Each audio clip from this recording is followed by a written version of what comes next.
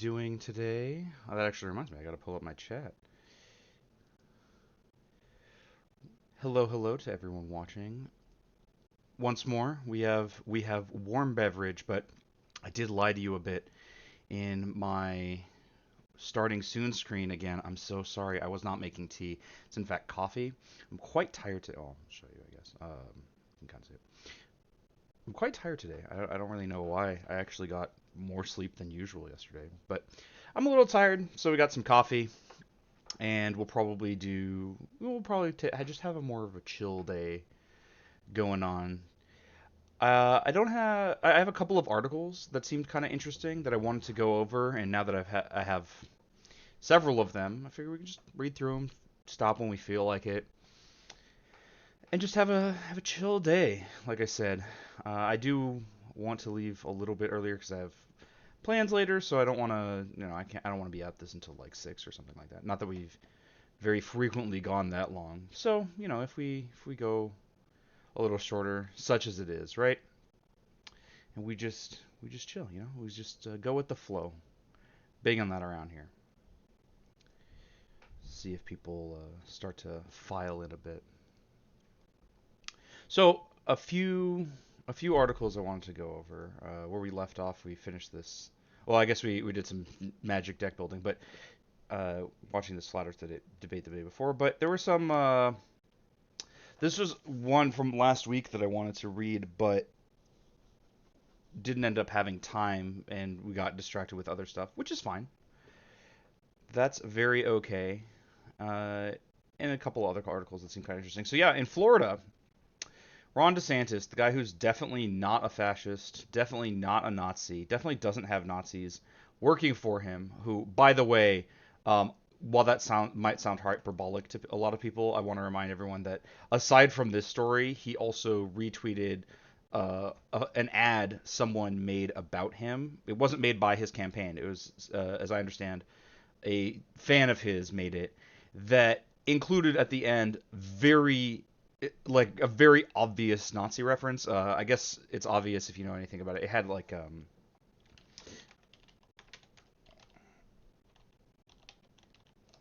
I think I spelled it wrong. I did. Yeah. So like it had this Sonnenrad with DeSantis over it. The Sonnenrad, by the way, is not originally a Nazi symbol. It's this. Well, it's called Black Sun rune, but obviously it's red here. It was. I think it's Norse in origin, but like a lot of Norse stuff and a lot of other symbols, it was co-opted by the Nazis. And I don't mean neo-Nazis, and I don't mean people I call Nazis. I mean the literal, actual Nazis. They had it. They used it all over the place. And so this fan of his, clearly a fan of also Nazis, made this ad with this shot, which lasts about a second or two towards the end. So it's not like one frame that you can you probably don't catch. It's there like noticeably at the end, and the DeSantis campaign retweeted it and then promptly deleted it. Guessing the retweet was, well, knowing. So when I say DeSantis definitely not a Nazi and definitely doesn't have Nazi followers, it's not mere hyperbole. I don't know if he's himself a Nazi, but he's a pretty terrible guy. Well, in any case, uh, there's another change he's had, and we see here by the headline: Florida schools will teach how slavery brought personal benefit to black people. So if you're not familiar, this is a very old white supremacist talking point. Like to combat the claims of the horrors of slavery. And because we're honest here, I want to be clear: slavery was horrific and should never happen again. And we should endeavor to end the slavery that's currently happening, especially in the service of our economy, but in general as well. Uh, it's a very old talking point from white supremacists to basically say, oh, you say slavery is horrific, but like it was good for black people, and people say, oh, like they taught us to read and they gave us Christianity. Jesse Lee Peterson says this stuff all the time. It's a very, very old a white supremacist talking point. And I guess we're teaching it in Florida now. Florida Board of Education has approved shocking new standards for African American history despite overwhelming backlash from the public. So let's read on. Middle school students in Florida note that these are also younger kids, so they're less likely to question what they're being taught and more likely to be like, well, this teacher is teaching me this, and it's probably true. Uh, what is the source of this article? This is from the Daily Beast. But and yeah, we will appraise a bit. I don't know very much about the Daily Beast's reputation. I actually don't know anything about their reputation, but um, I mean, we'll read on, and if it gives us source information, we can go on from there. Uh, so yeah, middle school students less able to question what they're being taught, and this is another one where like you got to get to them. You got to get to them young, right? Middle school students in Florida will soon be taught that slavery gave black people a personal benefit. This is quoted, so it's probably from either DeSantis or the curriculum or something. Like it's from somewhere, but I'm not sure where. Because they quote developed skills. As a note about this, so it's funny too that the developed skills is the phrase because as I mentioned, it's an old talking point, and people like Jesse Lee Peterson, oh, they taught us to read or whatever. Also, some of those claims end up not being true. After the Haitian Revolution, where American slave owners got to see, oh, slaves might not be, might do something about their condition, about their condition of servitude. It actually became, I don't know if it was illegal, but it was made. It was from then on that slave owners did not teach their slaves to read because they didn't want them to learn about what happened in Haiti and get any ideas. So it's funny that they're saying developed skills because obviously you can't even say reading is one of them, given that it was literally illegal. Actually, I'm pretty sure it was illegal because I remember. Well, maybe double check on that. Don't take my word for it. I'm pretty sure it was illegal to teach literacy to teach slaves how to read. So develop skills. What skills they mean is like how to work on the plantation or how to serve dinner or whatever. Like how to be a servant would be the only skills I can imagine were really in there. I mean, obviously they're like trades or whatever. If like you have someone who's like, okay, we have this person working in the stable, they have to learn how to shoe horses or whatever. Like, yeah, that's a skill, but like, let's be real, it's nothing as compared to how disgusting slavery is as a condition and as an institution. After the Florida Board of Education approved new standards for African American history on Wednesday, this would be a week ago Wednesday, because I believe I found this. Yeah, this is from July 20th. So, um, high school students will be taught an equally distorted message that a deadly white mob attack against black residents of Florida in 1920 included acts of violence perpetrated against and by African Americans. So I don't know very much about this event, but I have to like, let's be real. This characterization is not it's not typical for the time. Let's just put it that way.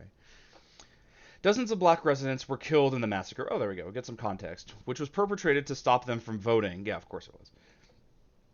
According to members of the board, that distorted portrayal of the racist massacre is factually accurate. Mary Lynn Mager, a member of the board appointed by Governor Ron DeSantis, said at the board's meeting in Orlando on Wednesday that everything is there in the new history standards and the darkest parts of our history are addressed, the Tallahassee Democrat reported. So, a couple of things about this phrasing, right? Everything is there is this sounds to me like cover, right? It's, well, we didn't omit anything. We just had, well, the charge is that you're adding things that are not true.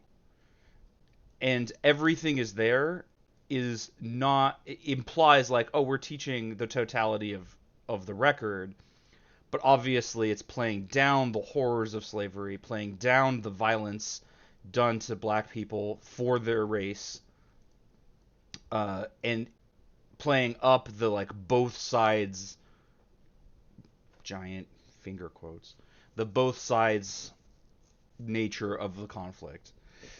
And the darkest parts of our history are addressed. Again, this is, we say it happened, I guess, but what the part of history being addressed. Now there are two ways you can use the word addressed here, and I think she means both. One of them is they're addressed in that they are spoken about. We're addressing it. We didn't leave it aside. I think she does mean that, even though obviously it's a very slanted view of what's going on. And you can't really avoid bias, but obviously bias in certain directions is better than others, right? To teach that slavery is okay or not that bad, that's a pretty bad bias to have in your education. But the other way she means addressed is also responded to, like if you were to address an argument.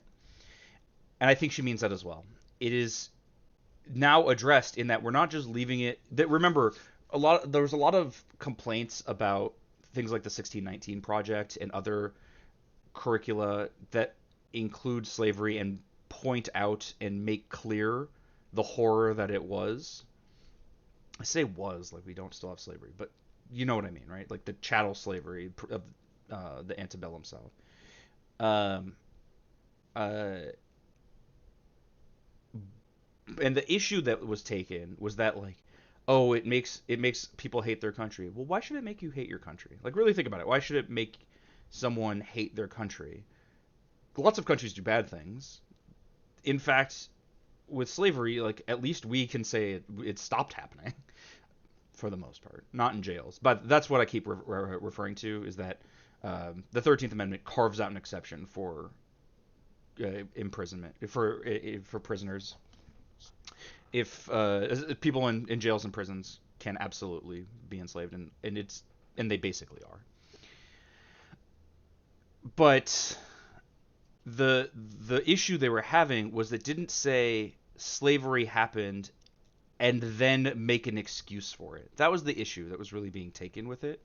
Is they didn't say, but America's still good even though this happened. I mean, I don't care whether America's good or bad in your heart, right? We should teach the facts of what happened. Slavery is a pretty big deal in American history, and it could encourage people to notice that yeah, things can be wrong with society and we can change them. And you need to be able to identify those things, and they still exist in the present. You can make the country better, right? I think it's a good thing to teach about the horrors of the past so we don't forget them. I don't think we should be allowed to forget them. Uh, but what people like this want, and the goal, is to not feel bad about it. Well, I don't care if you feel bad about it. Honestly, like let's be real. I don't care if you feel bad about it. And the solution of acting like it wasn't that bad so that you don't personally feel bad about it, that's what's going on. That's the addressing that she's talking about. I think it's heinous. And I think it's dishonest, especially when you're teaching things that are just not accurate representations of the past. The majority of speakers who provided public testimony on the and something to note, of course, is that like if people like this are made to reckon with the racist history of this country and present as well, but we'll get to that. If people are made to reckon with the racist history of the country, they might have to reckon with the racist present of this country, and this is part of why they don't want to do it. Um, and it's not exactly easy, but you start somewhere. You start with history matters, and this is what the history was. I've heard people on the right agree that history matters and just say like, oh, but that was a long time ago. But now we see like they don't really want to even admit that history matters. They want to act like the history was different so that they don't have to reckon with the inequities of the present. The majority of the speakers who provided public testimony on the planned curriculum were vehemently opposed to it, warning that crucial context is omitted, atrocities are glossed over, and in some cases, students will be taught to blame the victim. Yeah, exactly. When you make it seem like a both sides thing, it's like, well, if both people are fighting, can you really be mad if one comes out on top? But of course, that's not an accurate description of the history of slavery in this country and the history of race relations in this country. In fact, a pretty good example comes from even comes from a work that is pretty white supremacist in nature. Like I had seen for the first time actually, Gone with the Wind fairly recently. It was a couple months ago, and it is pretty clear that it's written with a bias towards the Southern perspective. Even calls it the lost cause, and it thinks it's so noble and yada yada etc. It's really gross. even the like moral center of the film is on board with a lot of pretty heinous positions. Well, one of the events that occurs is the main character, Scarlett O'Hara, is traveling somewhere on her own on like a stagecoach, and like is coming through this kind of makeshift town that a lot of freed slaves have to live in, and they're like never asks like why this is where they're living. Like, oh, maybe because they don't have anything because they were freed, and then reparations were denied to them. They were given out and then rescinded. Well, yeah, when you have nothing and then you're just like, okay, now go be free, you're gonna have nothing, and so you're gonna be in the middle of nowhere. Well, a couple of them accost her, and when I say a couple of them, I mean literally two, maybe three. Like are like, oh, we want to like get the carriage and the horse because it's property, right? They're poor, they have nothing. Um, Even still, it's one of those like obviously the writer has a bias and it's like, oh, black people will just attack you. That's not the point I'm trying to get at. The point I'm trying to get at is that after the fact, after like Scarlett makes it out okay, because by the way, one of her former slaves was like, "Oh no, leave her alone." So like it's not like white people save the day. It's just like yeah, there are going to be some people who do bad things, and it's not indicative of a race, even in this story. Fine, whatever. She gets back home, and like her husband and Rhett Butler, that's like the like quasi love interest throughout the whole thing. It's a very weird. If you're not familiar, I can't explain it. Like rally up a mob to go attack and destroy this encampment. Like the like difference in scale is what I wanted to get at. Is that like this lady was like almost robbed by two or three people, and so the response from the white people was to like do a massacre. And this is what I mean. Like the both sides rhetoric is so even from a very sympathetic story to the white supremacist worldview is so inaccurate. If like it's just so disproportionate the amount of violence, if any, happened, if it was even both sides, which for the most part it wasn't, because remember, for the most part, black people were slaves. Their violence, any violence they do towards their own freedom, I think is justified, but also there wasn't that much of it because they're slaves, especially as compared to what was done to them. Digression aside, I am very concerned by these standards, especially some of the notion that enslaved people benefited from being enslaved. State Representative Anna Eskamani, Democrat from Orlando, said per Action News Jax. So we haven't yet seen any reference to that in the curriculum in the article. I expect we'll see it in a second. So we'll get to that when it comes up. When I see the standards, I'm very concerned. State Senator Geraldine Thompson said at the board meeting, "If I were still a professor, I would do what I did very infrequently. I'd have to give this grade of I for incomplete. This a grade of I for incomplete. It recognizes that we have made an effort, we've taken a step. However, this history needs to be comprehensive. It needs to be authentic, and it needs additional work." Well, very well said. I don't have any comment on that. When you look at the history currently, it suggests that the massacre was sparked by violence from African Americans. That's blaming the victim, the Democrat warned. So actually sounds like this is might have been a similar event to the one depicted in Gone with the Wind, where it's like even if like okay maybe one or two people like did a thing and then there was a massacre, which is wildly disproportionate. Please table this rule and revise it to make sure that my history, our history, is being told factually and completely, and please do not, for the love of God, tell kids that slavery was beneficial, because I guarantee you most certainly was not, community member Kevin Parker said. Yeah, obviously it wasn't. And if you need that explained to you, like I don't think argument's going to have much effect, but like if you need that explained to you, that's already a problem. Approval of the new standards is a win for the DeSantis administration, which has effectively sought to create a new educational agenda that shields white students from feeling any sense of guilt for wrongs perpetrated against people of color. This, by the way, as much as like Republicans and right wingers will accuse feminists of feeling guilty for being like of white guilt and all this stuff. Clearly, they're the ones who can't hear that slavery happened without feeling guilty. Yeah, slavery happened and it sucks, and we need to make the world better instead of doing stuff like that. I don't know what to tell you. It doesn't make me feel guilty whatsoever. The Florida governor signed the Stop Woke Act last year to do just that, restricting how issues of race are taught in public schools and workplaces. In keeping with the administration's crusade against wokeness, Education Commissioner Manny Diaz defended the new standards against criticism, saying, "This is an in-depth, deep dive into African American history, which is clearly American history, as Governor DeSantis has said, and what Florida has done is expand it." Action News has just reported. So, note the double talk. Expanding an education of history does not mean that it's accurate. I could expand in education. Yeah, did you know that during the Obama administration, we developed robots that can jump all the way to the moon? I've expanded the education of history, but it's wrong. What I'm teaching is false, even if it is expanded. It is expanded into the realm of incorrectness.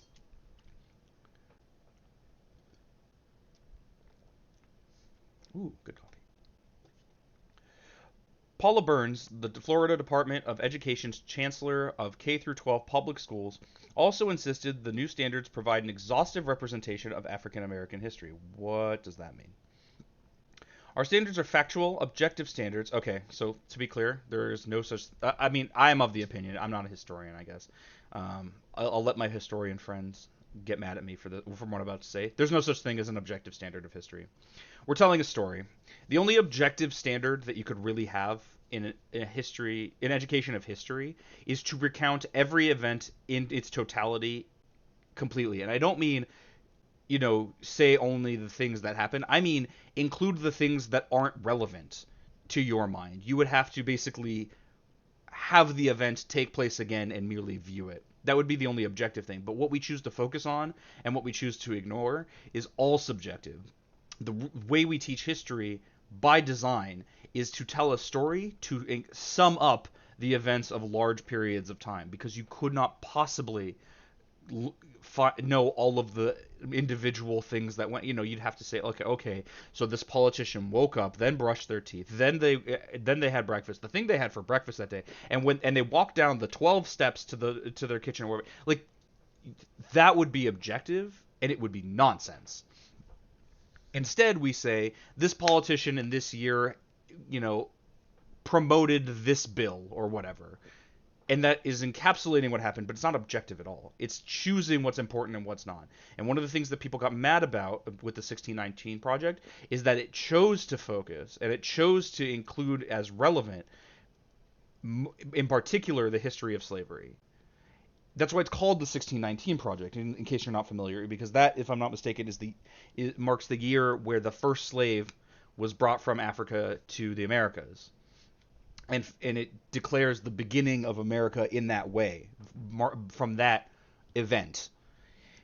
And of course it's not objective. It is a lens of viewing this history, but it does a better job, as I understand it. I haven't read it, but from what I understand from people who are familiar, it does a better job of discussing the history of slavery in this country than a lot of other standards, including something like this. So no, there aren't objective standards. Who said this? Was this Paul Burns? I think it's Paul Burns. Our standards are factual, objective standards that really teach the good, the bad, and the ugly. It doesn't sound accurate at all if you're playing down slavery. He was quoted as saying Wednesday by the Florida Phoenix, he denied the new standards portray slavery as beneficial. I mean, sure, you can deny what you want, but all right. Although education officials say teachers are meant to expand upon the new curriculum in the classroom, critics say teachers are unlikely to do that for fear of being singled out and possibly punished for being too woke. Yeah, this was the second half of the sentence is exactly what I was going to pause and say. I'm glad I didn't. But yeah, obviously, like, okay, you're free to discuss it, but this super anti-woke administration who has defined wokeness as teaching any amount of teaching that inequality exists in any way, and I mean like literally they have had to define it, and has like the don't say gay bill where you can get sued for like very nebulous things. Yeah, you can speak out, but like good luck with that. You definitely, yeah, you definitely don't have to be afraid of reprisal. Yeah, for sure. The Florida Education Association, the state's largest teachers union, called the new standards a big step backward for a state that has required teaching African American history since 1994. So, in a statement after Wednesday's vote, a note about that is while this might seem like, oh, because you've been teaching it for a long time, I think the point of this is like you've only been teaching about African American history in Florida for about 30 years. That's really not that long. Given that the history of this country goes back even before its founding, you can say for like you could, even if you want to mark the beginning of like American history as like Jamestown, which has its own problems, goes back like 500 years, and 400 of them have had at least 400 of them have had African American uh, people and history to discuss. That you're only talking about it for the last 30 years, that's kind of an issue, right? And so a big step backwards is even more damning. Derek Johnson, a president and CEO of the NAACP, also condemned the new curriculum, saying in a statement, "Our children deserve nothing less than the truth, justice, and the equity our ancestors shed blood, sweat, and tears for. Today's actions by the Florida state government are an attempt to bring our country back to a 19th century America where black life was not valued nor our rights protected. It is imperative that we understand that the horrors of slavery and Jim Crow were a violation of human rights and represent the darkest period in American history. We refuse to go back," he said. I like ending this article this way. Just a nitpick from like an editing perspective, I would prefer to remove "he said." It's implied that this is a continuation of quote, and it is a very powerful quote. To simply end it there, I think would have been poignant.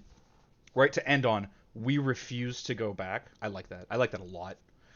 It's a great statement, and this is the kind of thing we have to pay. We need to be paying attention to, because one of the things is like it's not just that they're teaching lies or whatever, which they are,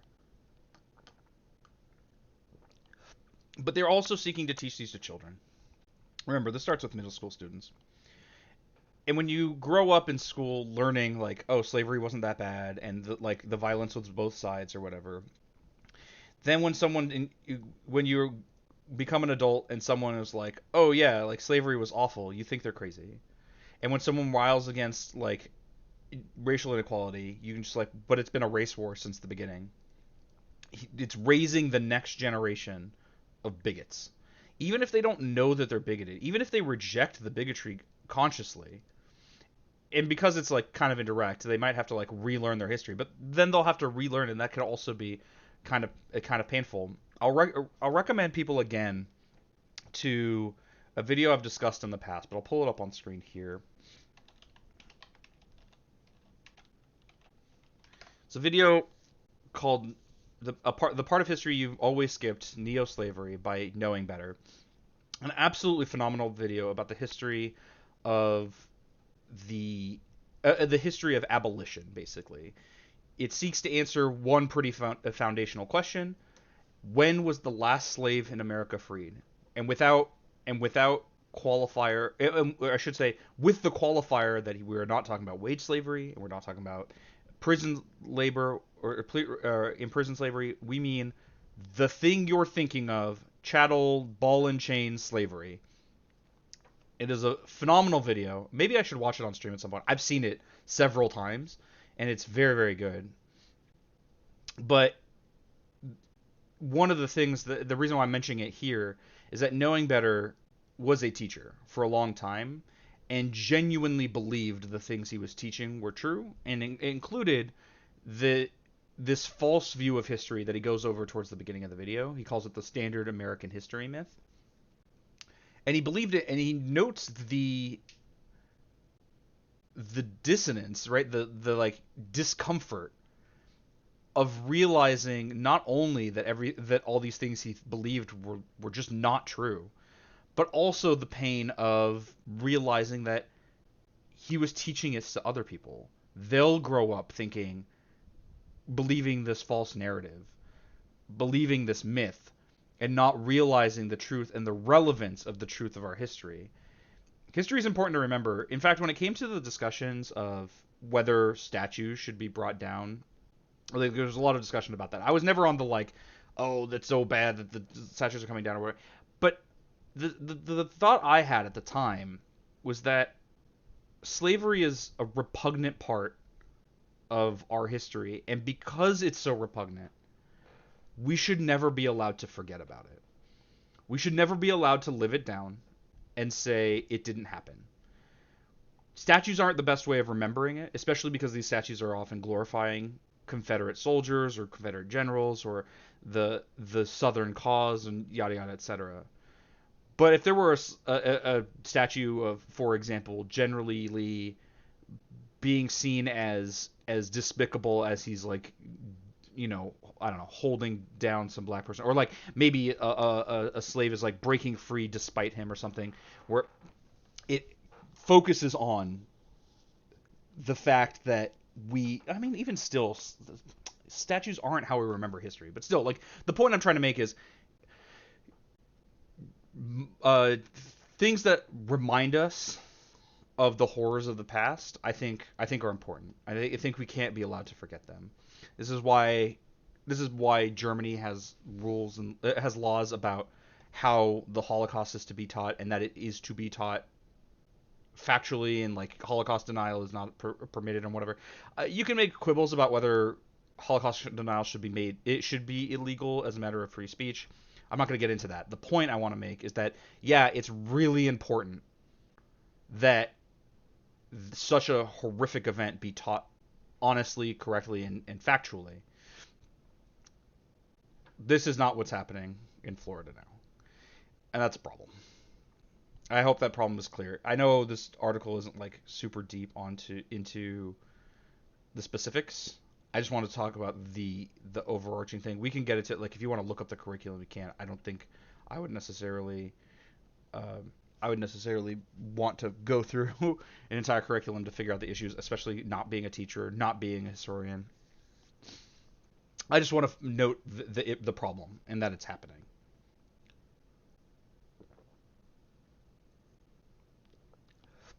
Next up, we have a couple other articles to go over, of which I'm not exactly sure about what the context is. Like, I know the I know the general subject, but obviously with the previous one, we can kind of guess what the context is going to be based on the headline.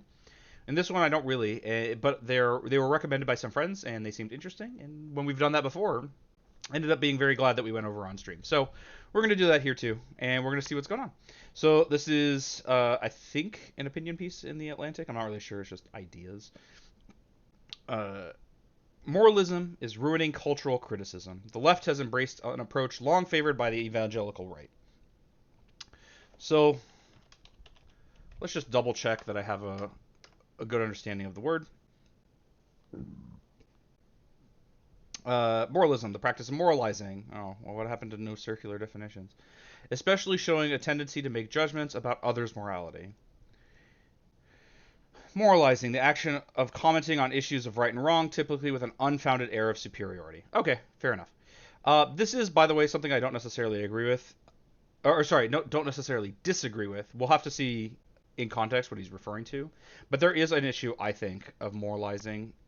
I find it is better generally to discuss the morality of actions than people, because people don't like to feel like they're bad people, and it feels bad if you like, people are like, oh, you can't call someone a bad person just because they did the things or whatever. But at a certain point, a person is to some degree described by their actions, right?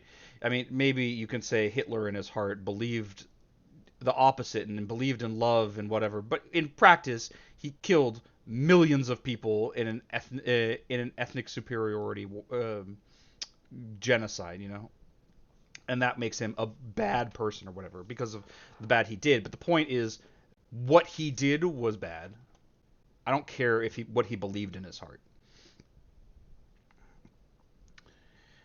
When I was growing up in a conservative evangelical community, one of the top priorities was to manage children's consumption of art. The effort was based on a fairly straightforward aesthetic theory. Every artwork has a clear message, and consuming messages that conflict with Christianity will harm one's faith. Obviously, this is not presented as correct as a statement, but I do chafe about both halves of this. That every artwork has a clear message. I don't think that's necessarily true, and I don't think it's necessary for art to have a clear message, or even just one, or if that message is necessarily, it might be interpreted differently. I can imagine a work of art that is intended with one message, universally read with a different one, but that different one is valuable. Okay, so be it. Though obviously this doesn't have anything to do with like artist intent either. And again, like I know he doesn't. This isn't necessarily meant as a true statement. This is just the paradigm they were working with.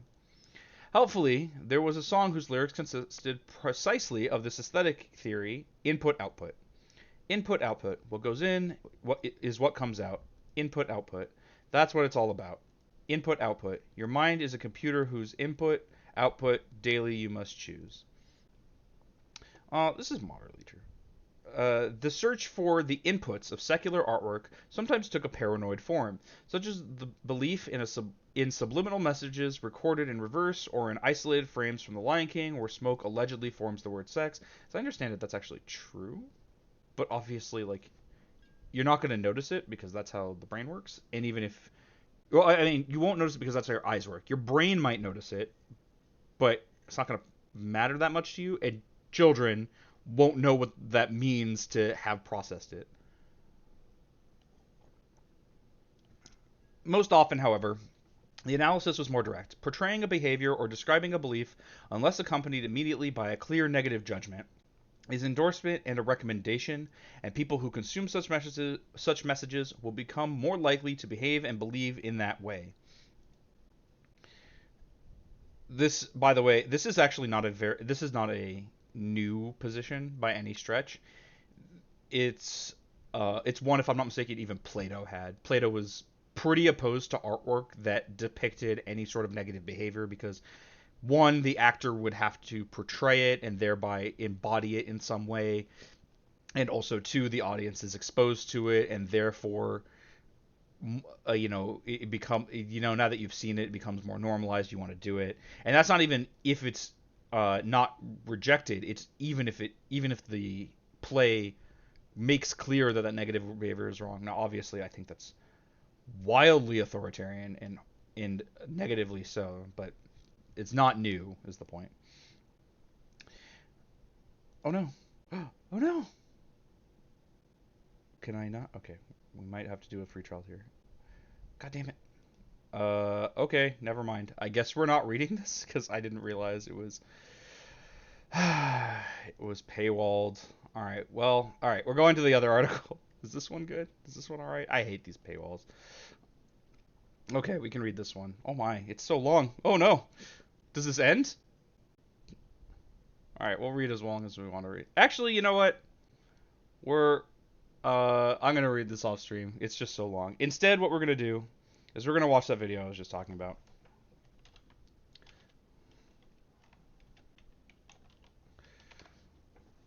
It's a great video, and we were just talking about slavery stuff. We're gonna go over it. Screw it. We're changing tack. Let me change my info on Kick. I can play this. Sound a little different from my usual content because this topic is serious, complex, and infuriating. It's also incredibly long, as you've probably noticed, but it is necessary to understand the full picture. As we're going through this story, I want you to keep this one simple question in the back of your mind. When was the last slave freed in America? 1865, at the end of the Civil War. So this is, like I said, the central question. The easiest elementary school history question I could possibly think of. Well, okay, if you want to get technical about it, it was after the 13th Amendment, which... What is this video about? Okay, so yeah, the video is about more, like I said, the ending of slavery, or more accurately, the non-ending of slavery. It seeks to answer one question: when was the last slave freed? was a And I want few you to keep chapters. reminding yourself. He's going to remind you as well. Keep Eh, reminding Is yourself. this some kind Do of we have an trick answer to that question question where you're yet? gonna claim something abstract like shift work is actually a continuation of slavery? It is, but no, he's not getting into that. No. Traditional chattel slavery. That's why we call it wage slavery. Here on the left. Juneteenth, final answer. Still wrong. So This is gonna he be- sometimes has characters, and that's what's going on here. They're not going to show up a lot through this video because it's a very serious topic. It's more for the less serious discussions. Another hour-long Knowing Better video about how something we thought ended a century ago actually didn't. All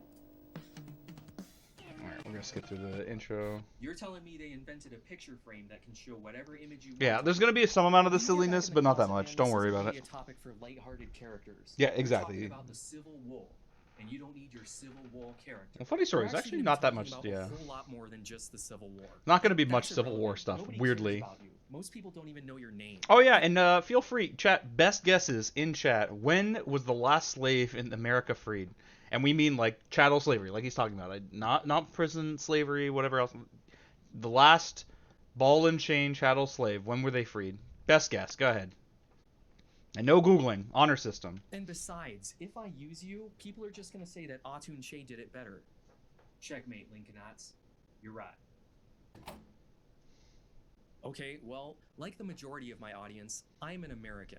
Always have been. I went through elementary, middle, and high school, then I went on to college to become a social studies teacher, and then I taught U.S. history. Yeah, as I in said, 2 he different taught this to states people. at the middle and high school level. Am I giving you my credentials in order to brag? Nope. No, quite the opposite. Don't know? Actually, I was taught what I'm going to be calling the standard. You know, just American your best guess, history. because I also would have guessed something like 1965. It's okay to not know. To be clear, I'm not trying to pick on anyone in chat by asking this question. I want to illustrate what you might expect versus the conclusion, because as I said, I've seen this, so I know what the answer to that question is, and I want to contrast that with what the expectation is. So like I said, you know, you don't have to put your guess in chat or whatever, but I would encourage you to think like when you think is most likely, even if it's just a general area, because it is important, I think, to contrast the truth of the answer versus your expectation. Myth. Throughout all of my years of education, including college twice, the story had barely changed between the 1990s and 2010s. And then Yeah, I taught very true. And that's something that's wild to me. Is like, you know, a lot of people didn't know what Juneteenth was. I didn't know what Juneteenth was. A lot of people didn't know about the Tulsa massacre. I didn't know about the Tulsa massacre. We don't get taught about these things, even though like I feel like we should learn about what happened in Tulsa. Like that feels really important, actually. If you're not familiar, it was there was this part of Tulsa that was called Black Wall Street. Basically, the like black community was keeping the money inside their community, and there was a lot of positive economic activity. And literally got firebombed. Oh, was it firebombed? I'm pretty sure literally got bombs dropped on it, because like people were mad that black people were doing well, more or less. That's the short version. Never get taught that. Drop bombs on American citizens. No one tells you. that same myth to the next generation of students. Since I'm going to be spending the rest of this video dismantling this story, and at least some of my audience isn't American, If I'm not probably mistaken, it's the only time in American history that bombs were dropped in America other than Pearl Harbor. Like, for context. But we never talk about it. Ever. good idea to make sure we're all on Not the in same schools page. anyway. As you can see, I have a brand new-ish TV, so I can show you video clips whenever I want. Now, I found this video from an online university that sums up what most of us have been taught and therefore believe about American history. Oh, this is Let me great. I love this just, bit. So now we're gonna see like the US myth that history in that 4 he minutes or taught. less.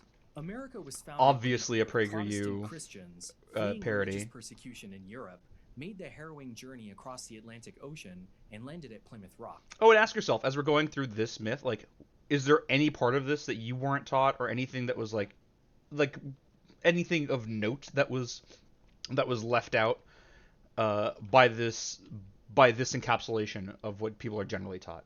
Because if I remember correctly, this pretty much sums up what I was taught. These pilgrims had a feast with the Indians to celebrate their cooperation, and that became the holiday of Thanksgiving. He has another Over the video next about few Thanksgiving as decades, well. Several other British colonies were founded on the American continent, and in 1776, They all declared their independence from the king over the issue of taxation without representation. After the Revolutionary War had been won, the Founding Fathers wrote the Constitution, a freedom-loving liberty document. That, by the way, is a quote from oh, I'm blanking, Frederick Douglass, which was kind of repudiated, but we'll get to that. Which guaranteed that all men were But created PragerU equal. loves There's talking one about the glaring fact that he said hypocrisy that. with that statement, though, the fact that slavery existed in America.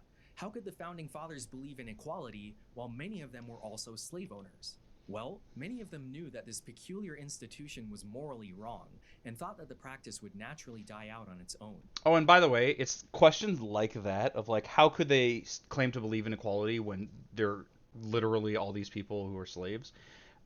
It's that kind of dissonance that, as I understand, people are historians note is the reason why we get the modern notion of like scientific slavery, or sorry, not slavery, scientific racism, is that to justify things like slavery, people had to come up with reasons why it was okay, and one reason was like, well, we are a superior race who deserves a position of whatever.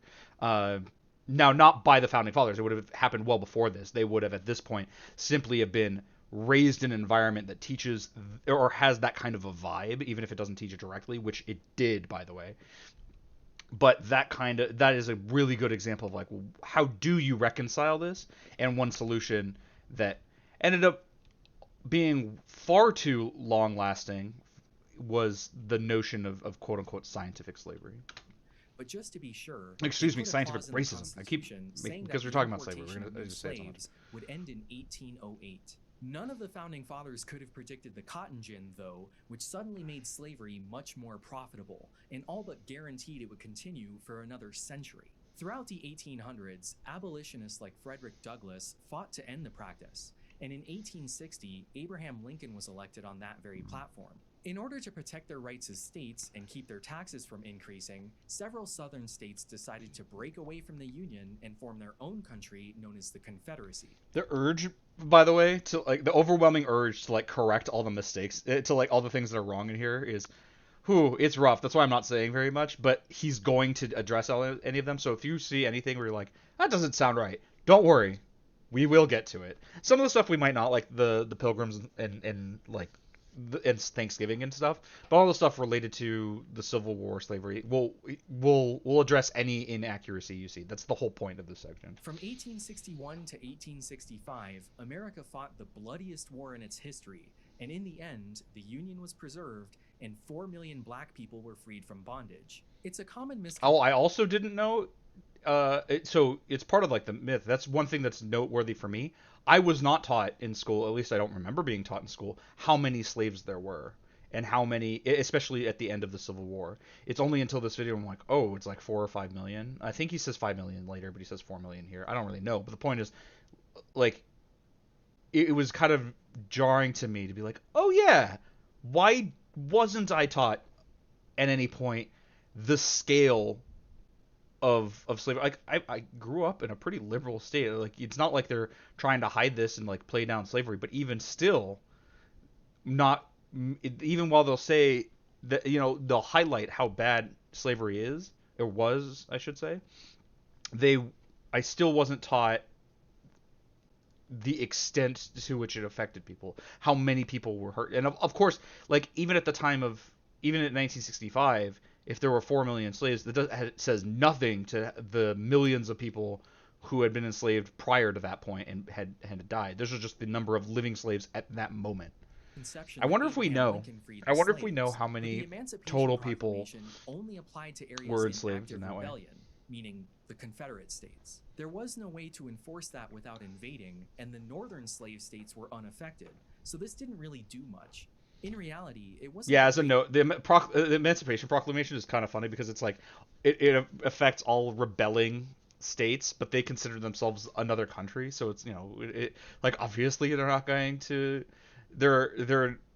to be affected by it because you have no power of enforcement. They're literally fighting a war against you. But the point, of course, was to encourage it was only freeing slaves from rebelling states, as kind of like, well, if you stop rebelling, you can keep your slaves. which goes to something that will come up later, where Lincoln was most focused on preserving the Union, and the slavery thing wasn't really that important to him. He would do what it took to preserve the Union, even if that meant keeping slavery. Great emancipator, but the 13th Amendment, ratified 8 months after his assassination, that abolished slavery. Reconstruction lasted from 1865 to 1877 and was marked by a period of relative peace since federal troops were stationed in the South to guarantee the rights of the recently freed slaves. After Reconstruction ended, though, things got pretty dark pretty fast. Within a decade, black codes had been passed in every southern state, and many of them required literacy tests and poll taxes to vote. This is the beginning of Jim Crow, an era where black people had to sit at the back of the bus and drink out of separate water fountains. Something I didn't learn until recently was actually that there were different ways that the bus thing was enforced and different mechanisms. So as I understand it, with Rosa Parks, the system was a little bit different, and that's why an event like that could come up. Basically, there were some areas where the mechanism of enforcement was that white people fill up the bus starting at the front and moving in and filling up towards the back, and then black people start in the back and move up towards and fill up towards the front. Whereas in other places, and I think this was how it was in was it Birmingham, wherever Rosa Parks did her thing, is that they actually had sections. It was like, here's the white section, here's the black section, and here's the like section in the middle for like everybody. But like in practice, that ended up being like another white section or something like that. So it was one of those like, I should be allowed to be here, not just sitting in the wrong section. It was like, yeah, as I understand it, it's like actually gets really like there's really into the weeds on that. But of course, that's not super important for what ended up happening. It's just kind of interesting. Of like, it's always more complicated. This is what I meant about there is no such thing as an objective standard. Like, why does all that information get left out? Well, you could argue it's not super important to the story, but that's only not super important to the story because of the priorities that we have, the things we think are important. Separate schools for white kids and black kids. That lasted until 1954, when the Supreme Court decided to desegregate public schools with the Brown v. Board of Education decision.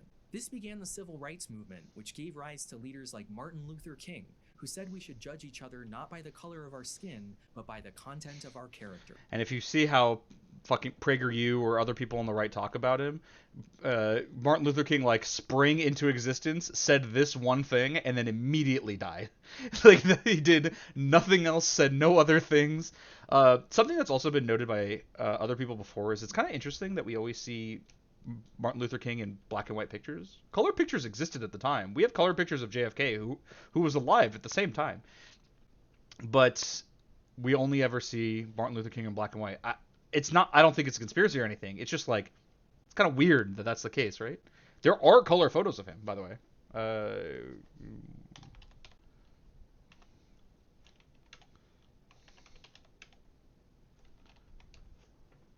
Yeah. He was a dude. There are color photos of him. A lot. Because, like, he was a guy. He was an important guy. But we only ever see the black and white ones. I don't know why. It's just, it's curious, you know? With the passage of the Civil Rights Act of 1964, Jim Crow and segregation were over, and America had finally swept away the last vestiges of racism in the country. We even As a note, by the way, back to, Martin Luther King having only said one thing and then immediately vanishing off the face of the earth. He was alive after the Civil Rights Act got passed, and he lamented that it wasn't enough in interviews. Oh no, what did I do? Okay, I can go back. I can find it. Where were we? I think we jumped ahead, actually. Yes, we jumped ahead, like kind of a lot.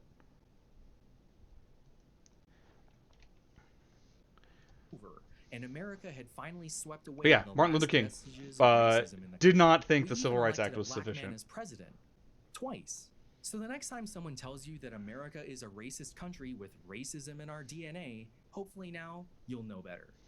I'm No Less Better, author of You Learned Everything You Need to Know About History in Elementary School for Better University. Thank you for watching. To help keep Knowing Better videos free, subscribe to our Patreon page at Patreon. I don't apologize for that, nor do you actually want an apology. It was a That's very good hilarious. parody of You're probably PragerU. familiar with most of what was said in that The video. biggest problem was that it wasn't packed with nearly enough invective and like right-wing propaganda. It was just general American propaganda. You might have picked out a small inaccuracy here or there, but for the most part, that was the story you learned as a kid, and the one you likely still believe. I know that because that was the story I was taught, and the story I then taught to others almost 2 decades later. It's also the story fake YouTube universities continue to push to this day. Yes, that was a PragerU parody. Just about every sentence was paraphrased from one of their videos. And they're usually pushing the message that your kids are learning something different and scary. I was spared the life-sapping, negative messages about America. So remember what we talked about earlier when people on the right complain, oh, they're teaching America is bad. What's actually happening is they'll teach things like, yeah, America allowed for slavery, which is true, and it's even in that like standard American history myth. But it's like if they don't say, but that's okay, or like that's not that bad, or there are good things about slavery, people are like, oh, well, you should feel bad about America. You should think America is bad because of this, and so they think that's what's being taught. But like, no, it's just teaching the facts. The fact that you're uncomfortable with it is a different issue. That are crippling a generation of young people. These ideas are poison. As a social studies teacher, I can assure you that no K-12 student is being taught that America is a racist country or was founded on racist ideals. And they're certainly not learning critical race theory because... Reminder, critical race theory is a thing that's taught in law school. That's the level of education where you'll learn it. Maybe now it's being taught a little bit more in like college courses. I doubt it, but maybe. But as I understand it, it's like a postgraduate level material. Actually, that's something I want to go back to is like talking about like America is bad as like that megaphones seem to have written on it. This is one of those issues I have with essentialism, and it can happen with countries as well. People do this all the time, like, oh, America is good, America is bad. No, America isn't either.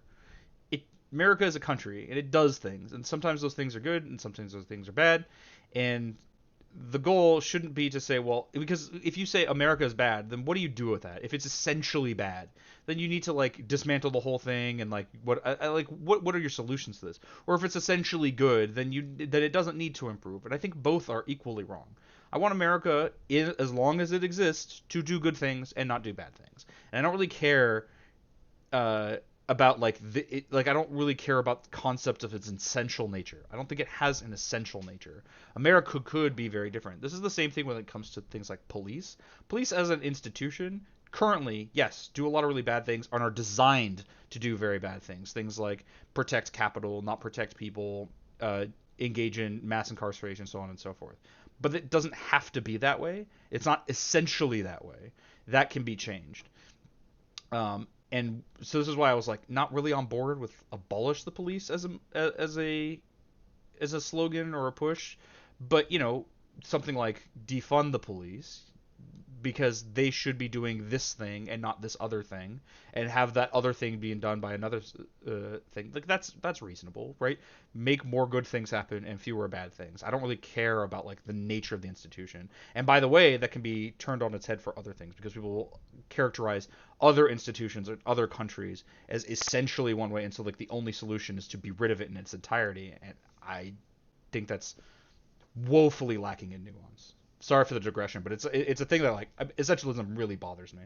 From that standard story, you'll have an angry parent on the phone by the afternoon, and you'll be talking to your superintendent by the end of the week. Before you assume anything, that did not happen to me. I 100% believed that version of American history the entire time I worked in a classroom. And honestly, for years afterward. But that general story, the standard myth that America was founded on freedom, slavery ended after the Civil War, and segregation lasted until Martin Luther King, doesn't really explain the current state of racial inequality and leaves a lot more questions than answers. That's another thing. Part of the issue with teaching things in this way and just say like, oh, like racism was solved and history doesn't have any ramifications is that it kind of enforces a racist view of the world inadvertently or otherwise. Because if you're let's assume for the moment that you're a black student in one of these classes and you're learning, okay, history doesn't really matter and like racism is gone now, but people, but like my family's doing worse than other families, and people like me are on average doing much worse than people who are white. What could possibly be the reason for that? If we don't live in a racist society and the history and the racism of the past no longer has any effects, the only real solution you can come to is like that there's something essentially worse about you. And it gets worse when white people learn that, because there's already a history of white supremacy in this country. And if a person in that environment is learning, well, yeah, these people are doing worse for no discernible reason, the natural conclusion they might come to is because they're just naturally inherently worse. You see how like it teaches racism without teaching racism. This is a well noted problem. I am by no means the first to mention this. In fact, I forget where I learned it from, but I've definitely learned it from somewhere. But like this is part of the problem, is that you're kind of teaching that racism is real by implication, or like that racism is correct in some way, even though it's not. I mean, if black people have been free for 150 years, why is there still so much inequality? Why haven't they caught up yet? Yeah, You exactly. can come at this from multiple different angles. Why do they perform worse in school? Why do they make less money? Why are they convicted Oh, of more crime? I forgot that Why he aren't mentions they it. elected to office at a rate more proportional? The point is, you're never given an answer to these questions. You're Right. left to make it up on your own. If America is the land of equality and some people just can't seem to do well, there must be something inherently different about that group of people specifically that prevents them from succeeding. And this, by the way, is like this goes to other subjects of discussion that aren't even necessarily racial in nature, because you could even, because one of the things you can say is like, well, what about like the American dream? Can't anybody make it here? But then you look at the numbers, and as it turns out, most people end their lives in the same economic class that they begin their lives. So economic mobility is just really not that much of a thing. People will say like, oh, but like Zuckerberg started as a poor Harvard student, and now he's like a multi-billionaire and one of the richest people in the world. Yeah, like that guy that happened to. How many people did that not happen to? For the most part, but like the vast majority of people live their lives in the same economic class that they were born into. And when you realize that, and like even knowing that much, even though that can explain things like, well, why are black people disproportionately poor? Well, because if people stay generally in the same economic class, and so many of them are descendants of slaves or descendants of people who were oppressed in the Jim Crow South, even if you ignore everything else about how there are racial issues in this country, even that is enough to explain it. But also, people like this tend not to like teaching that we don't have that much economic mobility in this country. I think chalking it all up to the economic mobility problem is a bit class reductionist. I don't really agree with that as being the sole problem, but it is a thing that can serve to explain it. But it's another thing not really taught. Most Americans are never taught that maybe the system itself is rigged against them. But even more than that, they never learn that the fundamental premise of that question, that slavery ended 150 years ago, is incorrect. I'm not talking about the prison industrial complex or unpaid internships. I'm talking about ball and chain chattel slavery. If the standard American history myth that we all grew up hearing is wrong, when was the last slave freed in America? So we've already like done a little bit of like, okay, we First know. guess, the Civil War. Wait, did title he card. already do an opening? Know why it did that. Okay, yeah, it was a second title card. So yeah, like already given a hint. We know that the myth is wrong, and the myth says that the slaves were freed in 1965 at the end of the Civil War, right? So we've crossed the first one off, but we'll get back to that. Just as like a hint for the future. So if you want to like adjust your estimates, even if you're not putting it in chat, even if you're just thinking it, like what do you think the answer to that question is? You can adjust your estimates here, I guess. And you'll get to do that a couple times. Second title card. I don't know why it did that. Before we can get to your first guess, the Civil War, it's important to talk about the political and societal situation leading into it and correct several misconceptions. Firstly, America was not founded by the Pilgrims, nor were they fleeing any kind of religious persecution, but Clearing up that specific myth is a story for another time. Jamestown, Virginia was the first permanent British colony in America, founded in 1607. If you watched my Company Towns video, you're familiar with this place. I It was a haven't, tobacco but plantation it's well that known. began to use slave labor after a workers' strike in 1619. This is why the So yeah, 1619 there were about 12 years from the founding of Jamestown to which before slaves were brought over. So like the distinction between saying America like was first was started in 1607 versus 1619 is also not that big of a change, and it's yeah, I don't know. Project marks this as the beginning of America because it kind of is. The Mayflower didn't happen until 1620. The Pilgrims had no intention of founding a new country, and the Thanksgiving part didn't get added to the story until way later. But again, another time. For And he does have a decades, video the about various colonies in America existed as somewhat mixed communities. There were free white people, a few free black people, white indentured servants, black indentured servants, and slaves who were either black or Native American. That lasted until Bacon's And of Rebellion. course, like there's some amount of like skew to that too. Like, why do we start discussing American history? Like, even why would we start with Jamestown? Shouldn't it begin with the indigenous people that lived here before that? Well, it's about priorities and how we look at things. And like, well, as it turns out, the indigenous people that lived here were all but wiped out, and sadly were removed. Like historically removed from much of the foundation of this country, other than through being massacred. I mean, and through like few have had it worse than the indigenous Americans. Let's just leave it there, I guess. Rebellion in 1676, when most of these groups rebelled against the ruling class because they wanted to expand further west. He has another This was amazing 100 video years before about independence. about the colonies were ruled Native by Americans. the same aristocracy that existed in Britain, and in response to the uprising, they decided that the best way to keep the rabble in line was to divide and conquer. In the years that followed, Virginia passed a number of slave codes that stripped all black people of any rights. By 1705, there were basically no free or indentured black people in Virginia. They were no longer considered citizens. They couldn't own property, guns, or employ a white person. Seems this like will it's be a recurring theme going forward. Yeah, that seems pretty relevant for your ability to exist in any meaningful way, or like develop develop any social, economic, whatever capital. It seems pretty tough when you were prohibited by law from being anything other than a slave. The laws in America were used to force black people into an underclass. Over the next 2 centuries, the rich white landowners of the South, including many of the founding fathers, relied on slave labor to keep their economy going. And at this point, slavery was still legal in every northern colony as well. In 1769, Charles Stuart traveled with his slave, James Somerset, from Massachusetts to England. It was a very He lived interesting there for a case. few years until Somerset tried to escape and was imprisoned. In 1772, his case was heard by Lord Mansfield, the Chief Justice of the King's Bench, who determined, The state of slavery is of such a nature that it is incapable of being introduced on any reasons, moral or political, but only by positive law. It is so odious that nothing can be suffered to support it but positive law. Whatever inconveniences therefore may follow from the decision, I cannot say this case is allowed or approved by the law of England, and therefore the black must be discharged.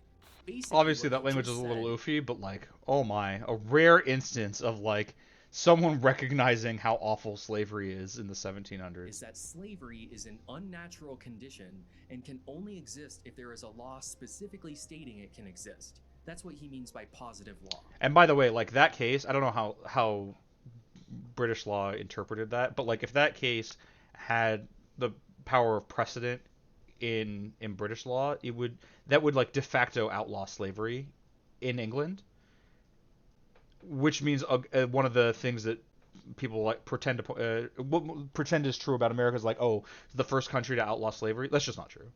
Even here, we have an example of like it's effectively outlawed because you can take it to court and it's not support. There's precedent. But also, abolition goes back thousands of years. If I'm not mistaken, like, who was it? There was like, I think like the first recorded instance of abolishing slavery was in like the BCs or something. Let's actually, I want to find it.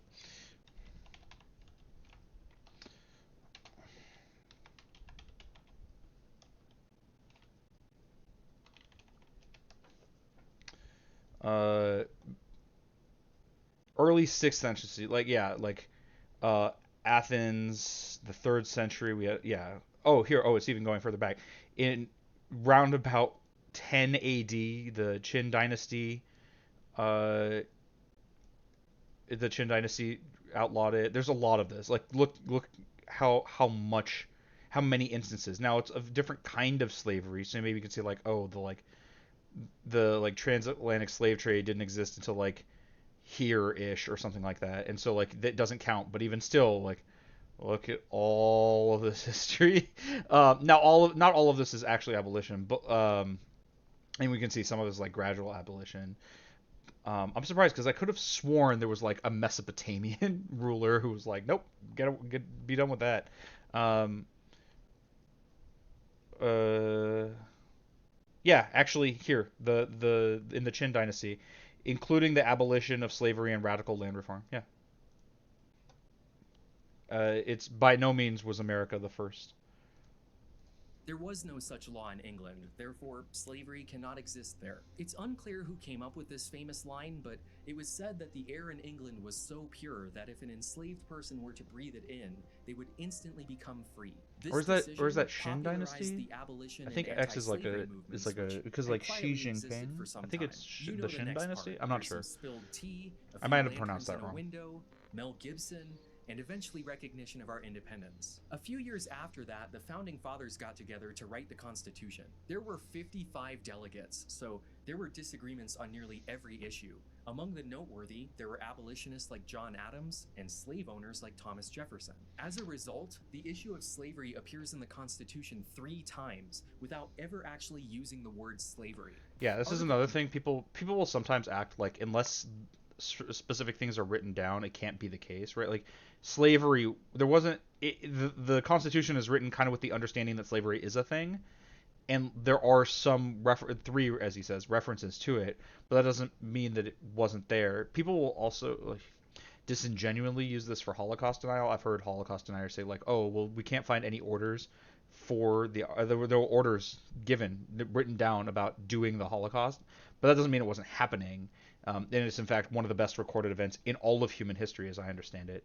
It's just a matter of like, well, they just realized it would be a really bad idea to commit that to the record. Article 1, Section 2, Clause 3 states, Representatives and direct taxes shall be apportioned among the several states which may be included within this union, according to their respective numbers, which shall be determined by adding the whole number of free persons, including those bound to service for a term of years, So that would be and an indentured excluding servant. Indians not taxed, 3/5 of all other persons. Yeah, all other persons. What other persons would there be, right? The whole number of free persons, okay. Indentured servants, I know I've This is the paused on free- like this that weird frame, but like indentured servants, excluding Indians, not taxed, and then 3/5 of everyone else. Who's everyone else, right? It's referring to slaves, but not saying it outright. This is one of those like you could use this to deny the existence, but obviously that's what it's talking about.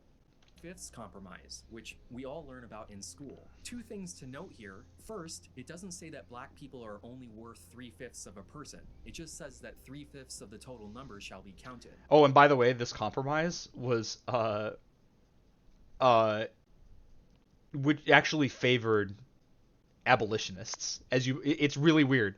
But he'll get to that in just a moment. Is basically the same thing. I But think he gets to worded it. If he slightly doesn't, I'll differently. talk about it. Secondly, indentured servants still count towards the Jackson, population. right, so I've been here It was for just about an hour. Oh, hey, Indians Jax. and other persons who are not. It wasn't the racists of the South who wanted to count slave populations less than white populations. It was the abolitionists of the North. Not sure why it keeps cutting to stuff. These old CRTs are kind of buggy. Anyway, she is right about that, but why? The 3/5 compromise. Okay, he was a does way get for to the it. Southern Cool. states to increase their representation in Congress and the Electoral College. If they had their way, they would have counted all of the people that they themselves did Yeah, not exactly, consider to because be it's citizens. counting for like what percentage, like because remember the number of representatives you get in Congress has to do with how many constituents you have. So the more you get to count, the greater proportion you have. But the objection was that, well, these people aren't being represented whatsoever. They're not considered people by you, the slave owning states. they're considered property, and you're not representing their interests whatsoever. So you shouldn't be able to wield more political power towards this. It looks really, really bad in retrospect, but the point was to reduce the power that slave owning states had, which is a positive thing. That way they could artificially inflate their national political power. The North would have preferred to count none of them, because if they're not voting and they don't have any rights, who exactly are you representing? The second clause Yeah, of the exactly. Constitution Just as he dealing says. with slavery is Article 1, Section 9, Clause 1. The migration or importation of such persons as any of the states now existing. It is a shall little be unfortunate proper that to you're here admit, today, shall not be Jax, because this is prohibited actually a by bit the of a different Congress day. prior Normally I to have the stuff to year say 1808, about what we're watching, but I but mostly a agree with tax or this. duty This is just an may be imposed educational, upon such importation, educational thing not where, taking the time to watch this thing that I think is important to know about, and just having a kind of a chill day. Why did the color of your name change? That's not odd. exceeding $10 for each person. I have misunderstood and taught this clause of the Constitution incorrectly for years. Children, our And if you founding haven't already, fathers Jax, knew that go ahead and hit slavery that was evil follow and button. wrong. If we're trying to get They to knew partnering on that it Kick so would I do can terrible harm ruin to the some nation. tea. You Our can change the color. founders Oh, created okay. a system they thought would have slavery in gradually. Oh God, was that? Well, I guess if you've been here for about an Kids hour, video? feel free to put in No, your we're not doing this. your No more TV. expectation for when the last slave was freed. When do you think that Okay, happened? Well, the founding fathers did not know that slavery was evil and wrong. Some of them actively participated in it and fought for the various compromises we're learning about right now. Yep. They did not create a system that would have it end gradually. This clause of the Constitution does not ban the importation of new slaves. Go back and read it. It basically says Congress shall make no law. Yeah, it abridging the protects slave the trade importation until 1808, until which then. is exactly what happened. They banned it that year. But the point is, the institution and expansion of slavery was protected by the Constitution for the first 20 years of its existence. The founding fathers did not plan for it to end. That's just how it happened to work out. The final mention of I'm actually going to need the TV if we're going to keep doing this. I don't love the little bits that he throws in here. The final content mention of is really slavery good, can be but found in little Article bits 4, are Section detracting, I 2, think. Clause 3. And we're just No nitpicking though. person held in service or labor in one state, under the laws thereof, escaping into another, shall, in consequence of any law or regulation therein, be discharged from such service or labor, but shall be delivered up on claim of the party to whom Yeah, such this is service one of or the labor worst may be clauses in due. the Constitution, This is the Fugitive for Slave sure. Clause, which states that if an enslaved person escapes to a free state, the slave owner can still hunt them down and return them to bondage. Unlike in Britain, in America, breathing free air does not automatically make one free. I just want to point out that the Constitution went out of its way to include a direct response to the Somerset case, stating that those circumstances could never happen here. It's also important to remember that America didn't exist in a vacuum. Things were happening in other countries too. One such country was Haiti. Oh, yeah, we French talked about colony this in the earlier. I Caribbean, didn't expect which to watch used this when we were slave talking labor about to it, grow but he'll its sugar explain better. industry until the slaves decided they had enough. They fought for 12 years and gained their independence in 1804. After this successful slave revolt, two things happened. One, America seemed to decide that no matter what, Haiti would be perpetually impoverished. And two, black people couldn't read anymore. If they found out about Haiti, they might Okay, try that so they here, yeah, it which was is made exactly illegal. what That's what I Nat thought. Turner did in Virginia in 1831. So no more reading. While some states, like South Carolina, banned black literacy during the colonial era, most southern states didn't enact similar laws until the 1820s and 30s, when the abolition movement was really gaining steam. So keep this in mind when people like Jesse Lee Peterson, I've heard him say this before, say things to the effect of, "Oh, they taught us to read, and that's why it's not so bad that slavery or they gave us Christianity or whatever." Well, no, it was actually made illegal to learn to teach slaves how to read because they were worried about learning about Haiti. So on top of everything, it was worse than the bad that you thought it was, you know? As a result, we have very few first-hand accounts of slavery written by the actual slaves themselves. Most of their stories are lost to history. It would be Britain abolished really slavery in interesting its to have overseas accounts territories from in slaves. 1833. It's really sad that And we while don't it's have fun them. to play alternate history and wonder if that I guess it would wouldn't be include as sad if America, we didn't have accounts from slaves because there weren't slaves, but since there were, it'd be nice to hear from them. had the revolution failed, There's no way to know for sure, but this did include Canada, which meant that the Underground Railroad finally had a real destination. When Yeah, as I Frederick understand, Douglass the escaped history of to New slavery York in City Canada in is 1838, much less he was than, still subject to the there's fugitive there was slave much less clause slavery in and could Canada be than the legally US. recaptured at any moment. Rather than continue on to Canada, he decided to become one of the country's most prominent abolitionists. So, you're trying to work for change This video inside of is- the American system. Don't watch this PragerU Precisely. video. It's bad. Our system is wonderful, and the Constitution is a glorious liberty document. Oh no, I forgot we were on the kids one. This is PragerU portraying Frederick Douglass as one of the good ones for working within the system to get slavery abolished. Now, don't get me which wrong. the Frederick Douglass was awesome. He was an abolitionist. I think that by itself is great. But of course, PragerU is using him to be like, oh no, don't like. There are only certain ways you can agitate for equality and for justice. Don't do it in the ways we don't like, which is repugnant. immediately falls apart when you remember that we had to fight a war. I can't take any more of the kids one. Let me change the channel. The movement's leader, William Lloyd Garrison, burned the Constitution at his July 4th speeches. As is goddamn right Garrison's as view, American. it Hell yeah, legally free speech. protected slavery and was therefore irredeemable. But Douglass came to reject that. He believed that the Constitution was fundamentally opposed to slavery. Interpreted as it ought to be interpreted, Douglass said, the Constitution is a glorious liberty document. You see what I mean about, like, we were talking about this with Martin Luther King, but it's just as true for Frederick Douglass. Of like, it's the one thing he said, and then he vanished from existence. It's the one they found the thing they like that he said, and so they're going to use that against justice movements for the foreseeable future. There's that line again. Glorious liberty document. Personally, I find William Lloyd Garrison's argument to be a bit more compelling. Agreed. Especially considering those 3 clauses we just went over that exclusively protected slavery. But that line actually comes from a speech Douglass gave in 1852 titled, "What to the Slave is the 4th of July?"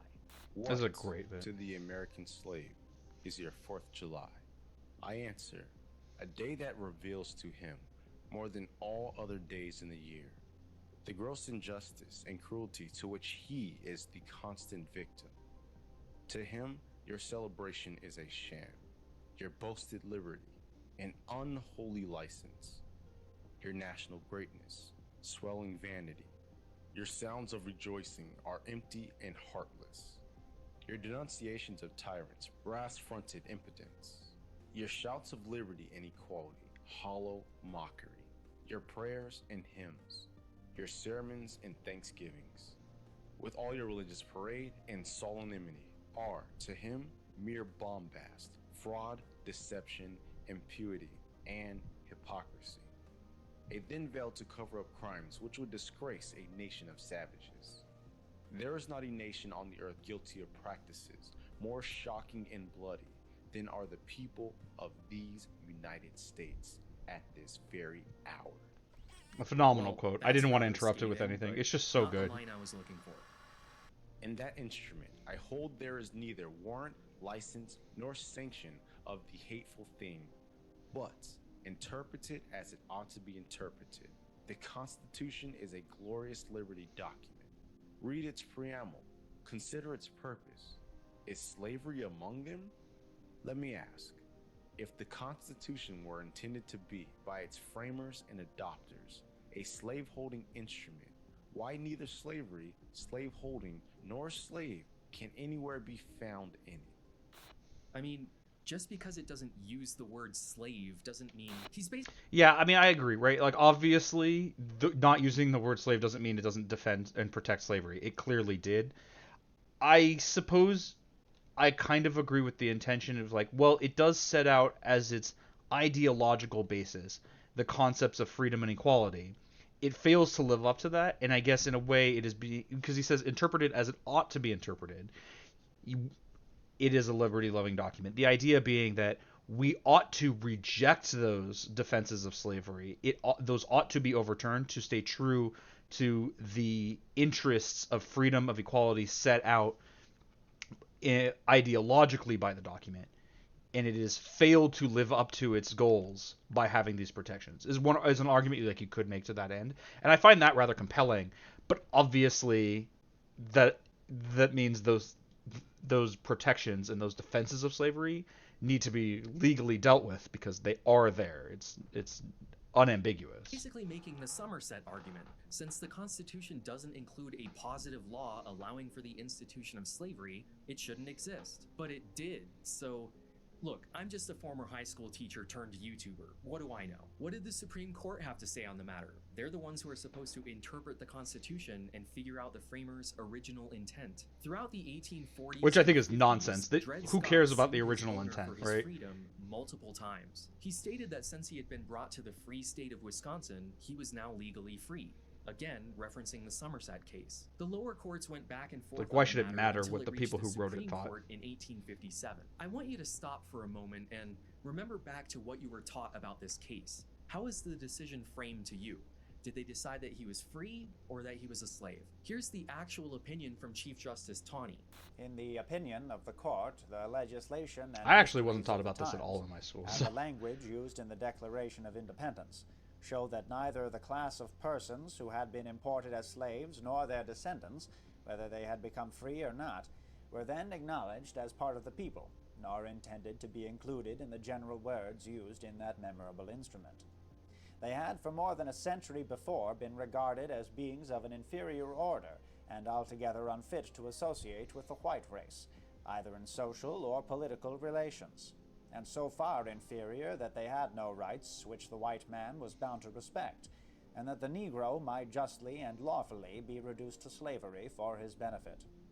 And upon a full and careful consideration of the subject, the court is of the opinion that, upon the facts stated in the plea in abatement, Dred Scott was not a citizen of Missouri within the meaning of the Constitution of the United States, and not entitled, as such, to sue in its courts. So again, Absolutely was disgusting. Dred Scott a free man or a slave?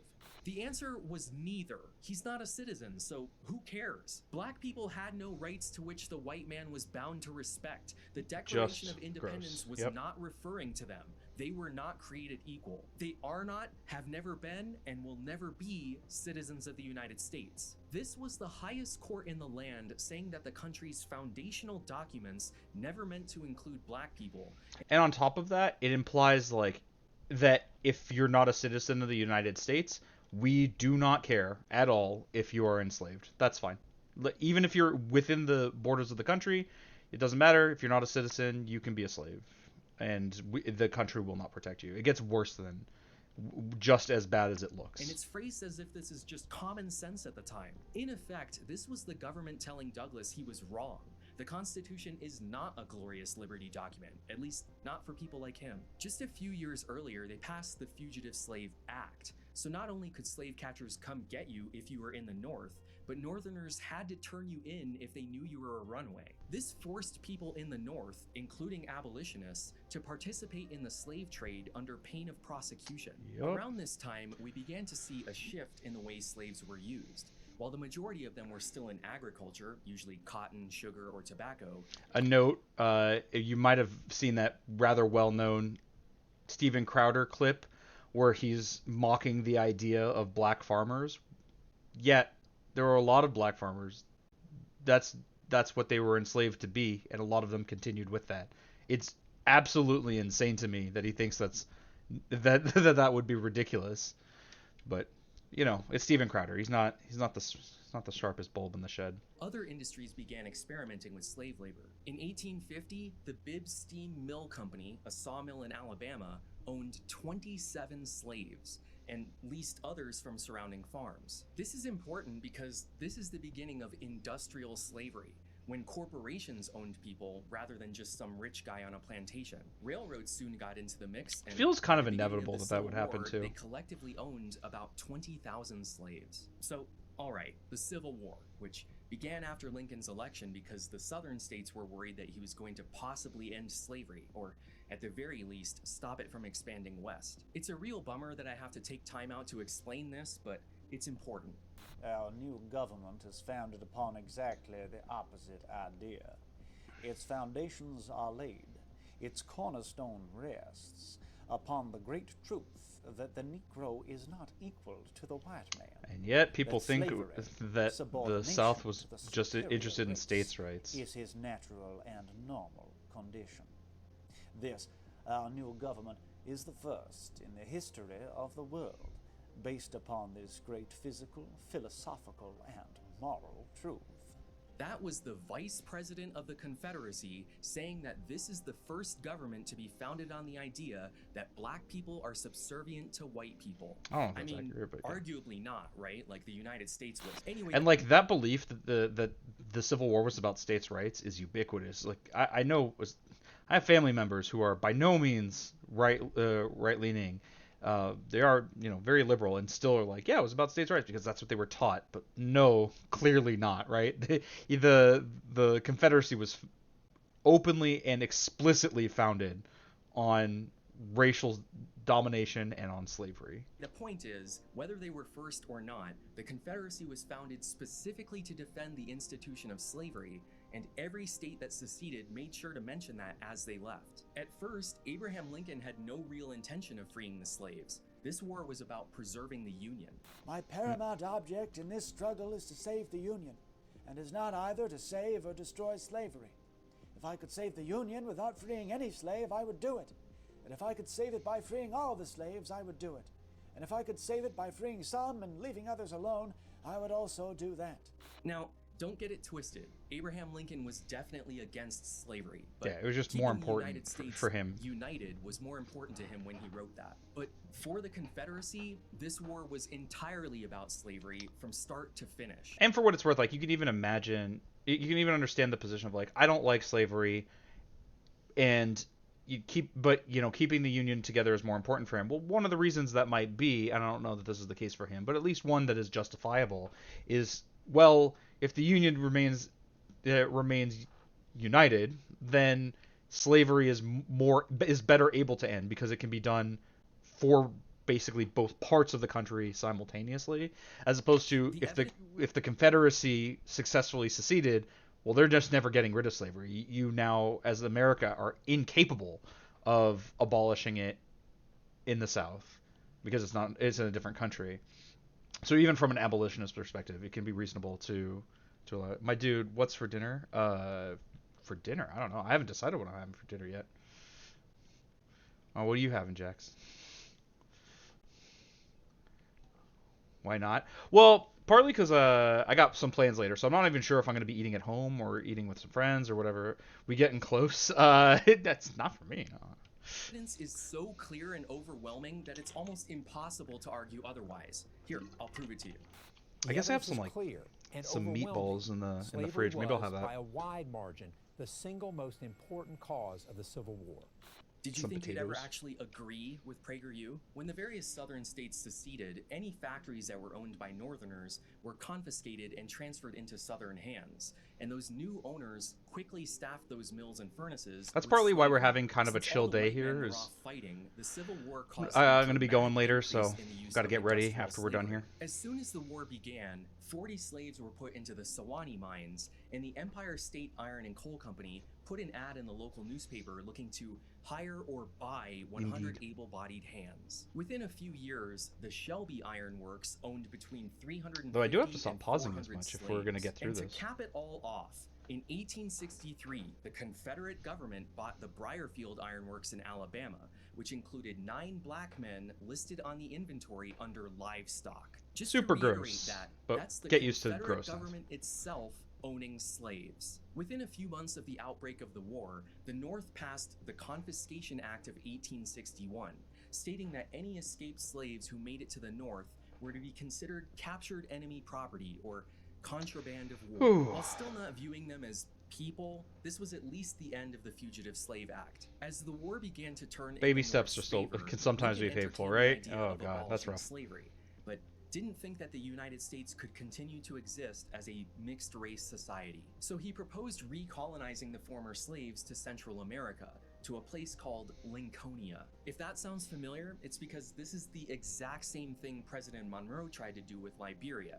This was just a new take on an old idea. And it's This kind of weird, right? Like, well, clearly they can't live here. It's so gross.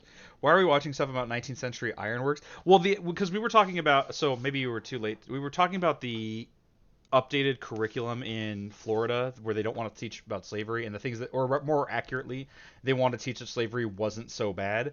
And I keep referencing this video, so I was like, you know what, maybe that's what we do for the rest of the stream, is we watch it, because it is a very good video and you learn a bunch of stuff about it.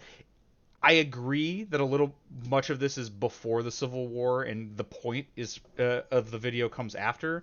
But we'll get there. Don't worry. Patience, my friend. Patience. Is where Frederick Douglass has the most impact. It's interesting He too, convinced no? Lincoln out of the recolonization plan and into the Emancipation Proclamation, which, as stated earlier, wasn't really enforceable and didn't really do much in terms of freeing anyone. But it did allow the Union Army to enlist black people. Douglas thought that if the United States saw black men fighting for their own freedom, there was no way they could deny their citizenship going forward. 2 of his sons ended up enlisting in the 54th Massachusetts. Upon Subjective. hearing about I the mean, Emancipation sure. Proclamation, Jefferson Davis, Isn't everything, the president of Jax? the Confederacy, issued his own counter-proclamation, saying that any black soldiers they capture will be returned to a state of slavery or, in practice, executed. The Emancipation Proclamation went into effect on Indeed. January 1st, 1863, and by the time Lincoln gave the Gettysburg Address 11 months later, the entire purpose of the war had shifted. So many people had died that Lincoln began to wonder if preserving the Union was really worth the human cost. Yeah, I guess But in one way, if it's he could the war was reframe about this war slavery as the for fight the to free South, 4 but for the million North, black it was people about who were being preserving held the in Union. chains, But it suddenly just the death wasn't about toll states' doesn't matter rights. as much. The North was already starting to win at this point, but now they had a renewed sense of purpose. Imagine going from putting down a rebellion in a part of the country you don't really care about to ending slavery. In terms of righteous causes, that's even better than fighting Yeah, for your pretty own cool that freedom. that In ended up January being the goal. 1865, when the 13th Amendment was still being discussed in Congress, General Sherman issued Special Field Order 15. This divided up 400,000 acres of abandoned lands along the Georgia coast to be given to the freedmen, which is what we were calling former slaves. According to the order, each family was to get 40 acres and a mule. That's where And by that June of that year, comes from, by over the way. 40,000 The 40 acres and a mule, when people talk about reparations, it's not arbitrary. It came from this special field order. parcels of land had been redistributed. This is reparations. Yeah. We actually did 40,000 reparations. parcels. But don't get excited. Yeah. In March 1865, the Bureau of Refugees, I think I've mentioned this in the Freedmen, past, and but not Abandoned Lands was explained established, why. more commonly known as the Freedmen's Or Bureau. explained Their the primary job was background. to protect the rights of recently freed slaves and help them get their 40 acres. The Civil War ended on April 9th, and when Abraham Lincoln suggested that black soldiers who fought for the Union should get the vote, John Wilkes Booth decided to kill him. As a result, on April 14th, 1865, All Andrew Johnson downhill from became this president. point. He was a Southern Democrat who remained loyal to the Union during the war, and Lincoln chose him as VP as a sign of his willingness to reconcile. Johnson also happened to be a raging white supremacist. Because of course. This is a country for white men, and by God, as long as I am president, it shall be a government for white men. This, by the way, is why compromise is sometimes a problem. Because when you compromise with someone with an unreasonable position, like a raging white supremacist, and you go, okay, look, I have someone who agrees with you on as vice president, shouldn't we stop fighting now? Then when they have their way, or when you have to meet them halfway, where you're landing is really bad. This is not opposed to compromise in principle, so much as understanding an issue with it that you just have to reckon with. Within 6 months of his inauguration, he ordered the Freedmen's Bureau to return all of the 40-acre plots that had been distributed back to white ownership. Put another way, he confiscated the We land unreparations. and undid reparations. This was the beginning of presidential reconstruction, which was supposed to be a rapid, lenient restoration of the Union with as few changes to the Constitution as possible. Once the 13th Amendment was ratified, he thought that should be the end of it. Just to recap the timeline here, the war ended in April 1865, the last remnants of the Confederacy surrendered on June 19th, and the 13th Amendment was ratified in December of that year. What do you think happened after that? The freedmen just walked off into the sunset, end of movie, roll credits? But we do Obviously teach not, it that right? way, The right? We South just still kind of needed to leave harvest things crops, there. and they weren't about to let 4 million laborers just go Okay, free so it was and do 4 million, whatever. I guess. Many of the freedmen ended up working on the same plantations that used to own them as slaves. The planter class had them sign labor contracts, which often included slave-like conditions. They agreed to be locked in a cell or chained up at night, not leave the property, obey commands, speak in a servile manner, Yup. and accept whatever punishment was deemed necessary. Why would anyone sign these? Because black literacy had been illegal for decades. Most of them couldn't read. By the end of the next year, most of these contracts were dissolved by the occupying Union commanders because Well, that was at least it was good, obvious yeah. that the South was just trying to bring back slavery. It was clear to Congress, at least, that much more needed to be done. The Civil Rights Act of 1866 declared all persons born in the United States to be full-fledged citizens, regardless of race or previous condition of servitude. That ends up Johnson putting in the vetoed 14th bill, Amendment, and as for we've the read first previously. time ever, Congress voted to override that and push it through anyway. If the wording of that act sounds familiar, that's because it was eventually replaced by the 14th Amendment, which didn't get ratified until 1868. Andrew Johnson denounced the amendment as usurping state authority. The Reconstruction Act of 1867 ended Johnson's plan and began radical Reconstruction, when the former Confederate states were divided up into 5 military districts, each commanded by a general who enforced the law. And It Reconstruction also definitely did required not the go new far enough, Southern as we'll governments see. to ratify the 14th Amendment. As you probably guessed, Andrew Johnson also vetoed this bill, and again, it was overridden by Congress, and as a result, 38,000 federal troops were stationed in the South, half of whom were black. And as a further result of this law, the Ku Klux Klan consolidated power and became much more active. The KKK was formed on Christmas Eve 1865, but can trace its origins back to when the Confederate government established militias known as Home Guards to patrol the countryside looking for deserters. and I've runaway never slaves. understood When the how war the ended, KKK these is Home allowed to Guards operate in the began a US. They're guerrilla campaign against openly a Union domestic troops terror and group. eventually turned to Like terrorism. how is there Entire not a families of freedmen constant were effort? Like lynched. The how is only way David the Duke former allowed to slaves just were gonna be guaranteed their go safety about and his freedom life? was with the I know he's a presence of former tens of Grand Wizard, thousands but of still, federal troops. how During is the that election not of like, well, you were 1868, they you stood were a guard declared outside of member every and polling leader place of in this the terrorist South. group. With the end of the Three-Fifths At the very Compromise, least, you Southern need to representation be in Congress interrogated was and about like to dramatically to increase, try to so find out the other they were members. required to allow black men to vote, even though black people still couldn't vote in most states in the North because the 15th Amendment wouldn't be ratified until 1870. Federal troops stationed in the South helped secure rights for the newly freed slaves. Hundreds of black men were elected to Southern state legislatures as Republicans, and 22 black Republicans served in the U.S. Congress by 1900. I want you to remember that she stopped counting in 1900.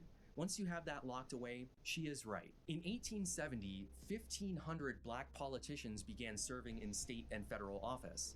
Almost all of them were Republicans because it was the party of Lincoln, obviously. Hiram Modern Revels Republicans was the first love to black act US like senator, they're a Republican ideologically from Mississippi, ideologically believe it or descended not. from that. That same year, the federal government declared the KKK to be a terrorist organization, and after a riot in South Carolina, President Ulysses S. Grant declared martial law and suspended habeas corpus for any suspected members. This completely destroyed the Ku Klux Klan by Good, 1872. but sadly they're back. You won't believe what brought them back, but we'll get to that. The presidential election of 1876 split the popular and electoral vote, a situation we're all too familiar with these days. As a result, we ended up with the Compromise of 1877. Southern Democrats, who now held a majority in Congress, would accept Republican Rutherford B. Hayes as president in return for the removal of federal troops from the South. Have you noticed that all of our compromises just end up being See what I mean about the concessions issue of to the compromise? South? Like This was you the just give up. definitive end of Like Reconstruction. it seems nice because you're meeting someone halfway or whatever, and you shouldn't be so overzealous to think you should have it your way or whatever. But like the middle ground between sense and nonsense is not medium sense. Without federal troops or the Freedmen's Bureau around, white supremacist violence and intimidation was allowed to run wild. But more importantly, Southern governments were free to do whatever they wanted. Immediately after the Civil War and throughout Reconstruction, every Southern state enacted what would later become known as Black Codes. We all learn about these in school, right? But can you actually describe a black code? My guess is you probably have this confused with an early form of segregation. They weren't allowed in certain public spaces. I definitely wasn't taught very much interracial about this marriage in was school. outlawed, I don't know if y'all that kind were. of stuff. Did y'all Or learn about the maybe black you think codes? this restricted voting or property rights. With measures like black codes, laws that restricted the ability of blacks to own property and run businesses, and they imposed poll taxes and literacy tests used to subvert black citizens. Like, I don't think I learned right about to vote. sundown towns Most until I of was that out of stuff school. doesn't come along until And way later. that's basically So, what we're going to be talking what is about. a black code? These were a set of laws written in a colorblind fashion, making it a crime for everyone, but in practice, they were only ever illegal for black people, which is probably why we don't really learn about these in school. This is somewhat uncomfortable to talk about because we think of the law as neutral. And people try If to it says act murder like is illegal, laws that it's don't illegal for reference everyone. specific races can't But be we're not talking racist. about violence But we'll or see. theft here. The black codes were basically made up social crimes, most of which were victimless. The most important and egregious one was vagrancy, which is the act of being unemployed, usually defined as when a laborer or servant loiters away his time. Do you see why so many of the recently freed slaves signed labor contracts with It their was former literally owners? illegal to Many be states imposed unemployed. fines Yeah, on you're or gonna do made that. it illegal for black people to work in any industry other than agriculture or domestic service. So congratulations, you're free to do whatever you want,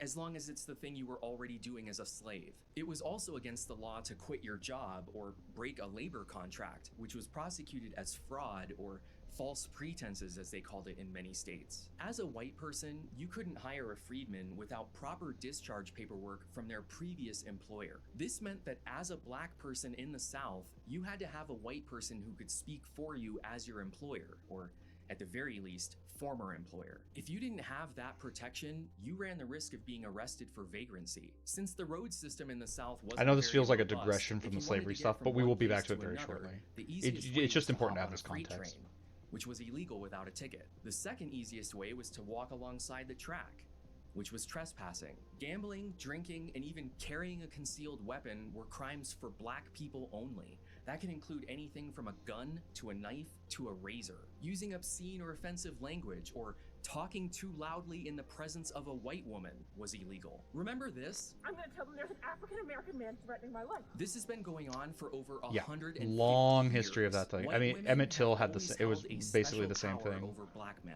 Interracial sexual relations were illegal, but only if it was a black man with a white woman, and even then, only the black man was punished. They prosecuted that under miscegenation or adultery. Something that depending and that on the comes up in circumstances. Many states also passed To what Kill a were Mockingbird, called doesn't it? pig laws, elevating what would have been a petty The crime miscegenation to the level trial or of a whatever? felony. Stealing a pig worth $1 would get you 5 years in prison. The theft of an 8-cent fence post was enough to get you sentenced to hard labor. And now we're getting to the point, because as soon as these laws were in place, the South began to use the black codes to transition away from slavery and towards convict labor. You probably Alright, think and I'm now we're talking gonna be about back to the chain slavery gangs, subject. but those don't happen until much later. Before the Civil War, the judicial system was exclusively designed for white people. If a black person committed a crime, I'm sorry to say, but it was viewed the same way as your dog committing a crime. They were chattel property, so punishment was left to the owner. Even after the war, prisons were few and far between. Only the worst crimes were punished with jail time. Most of the black codes just involved a fine or hard labor. So these laws weren't designed to put black people behind bars. They were designed to put them to work. The first system I want to talk about is convict leasing.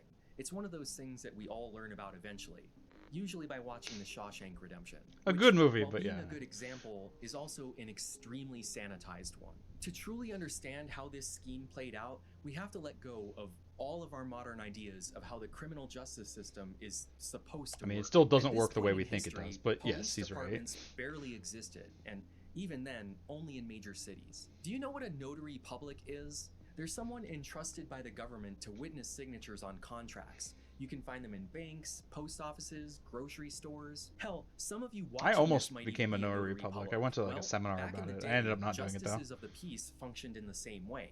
They were innkeepers, tailors, and even plantation owners who adjudicated crime at the county level, which was most crime at this point. It was rare for the state or federal government to get involved. County law enforcement was handled by an elected sheriff, but this was usually just an administrative role. The actual work was done by appointed deputies who could be storekeepers, grocers, and again, plantation owners. Can you figure out what's about to happen here? A sheriff's deputy, a bounty hunter, or sometimes just a random white person would seize a black man walking along a railroad track and take him to the nearest justice of the peace / tavern owner. The justice would invariably find them guilty of something. They would impose a fine or sentence them to hard labor, which basically allowed the government to sell the convict to the highest bidder. In And look at that. 1866, both Alabama and They just Texas are de facto leased slaves again. hundreds of their prisoners to railroad companies. Within a few years, Mississippi convicts were back working on cotton plantations, and Tennessee had sent theirs across the border into the mines of Birmingham.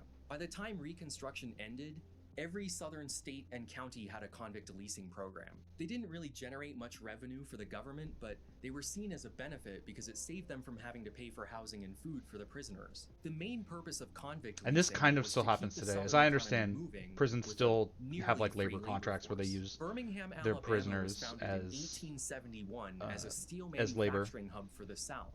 But its But it's origins just trace slave back labor. to when the Confederacy financed the first blast furnaces and put slaves in the various coal mines. This is a natural continuation of the industrial slavery we were talking about earlier. After the war ended, companies like Tennessee Coal, Iron, and Rail switched from leasing slaves from nearby farms to leasing convicts from the government. On March 30th, 1908, Green Cottonham was arrested for riding a freight train without a ticket. When no evidence or witnesses could be produced to support that charge, the judge declared him guilty of vagrancy. He was sentenced to 3 months of hard labor, extended to 6 months and 6 days to cover the court fees. Like, Shelby even if you County, think these Alabama, laws are and like fair, which I don't see how, like, is it in any way reasonable to be like, yeah, you don't have a job, therefore here are months of hard labor, released him to the Tennessee Coal, Iron, and Rail Company, and that only which came put about him because to we work couldn't on prove slope the number thing you 12 were of the actually Pratt charged with. Mines near Birmingham. They paid the county $12 a month for his labor. He died of disease 5 months into his sentence. Tennessee Yup. Coal, Iron, and Rail entered into its first convict leasing contract with the state of Alabama in 1888, paying anywhere from $9 to $18 a month, depending on the prisoner. By 1900, there would be over 1,000 convicts working the mines, less than 70 of which were white. It's easy not to care about these people because they're criminals, right? If you don't want to do hard labor, maybe don't commit crimes. This, by the But way, it's he'll worth get to this, but asking this is like what that these myth people about did that black got people them being there. criminals. This is where it In comes from. 1890, Alabama conducted a survey of all the convicts they sent into the Pratt mines. Among the felonies, there were 11 for false pretense, which is quitting your job or breaking a labor contract, 7 for bigamy, 6 for miscegenation, which is interracial sexual relations, 4 for homosexuality, and 2 for illegal voting. Among the misdemeanors, there were 94 for Yeah, look petty at theft, what these crimes. 46 Yeah, for it's carrying ridiculous. a concealed weapon, 24 for false pretense, 24 for obscene language. I remember false pretense is 19 like for breaking a gambling, labor contract. 13 for selling whiskey, 8 not given, don't worry, we'll come back to that, 7 for vagrancy, 5 for violating a contract with a white employer, 3 for bastardry, and 2 for selling cotton after sunset. Selling cotton after sunset? I thought this was America. How could the time of day affect the legality of the free exchange of goods and services? It didn't. After sunset was code. Whenever you see that, just substitute it with the phrase, for black people. This is how sundown towns worked, because they Which is obviously not a thing couldn't I pass learned a about in law school, for sure. explicitly stating that black people weren't welcome. They had to make it a crime to just do something after sunset. These sunset laws are still on the books in many places. You'll often find them on lists of the weirdest laws from every state. It really changes your perspective when you find out what these crimes actually were.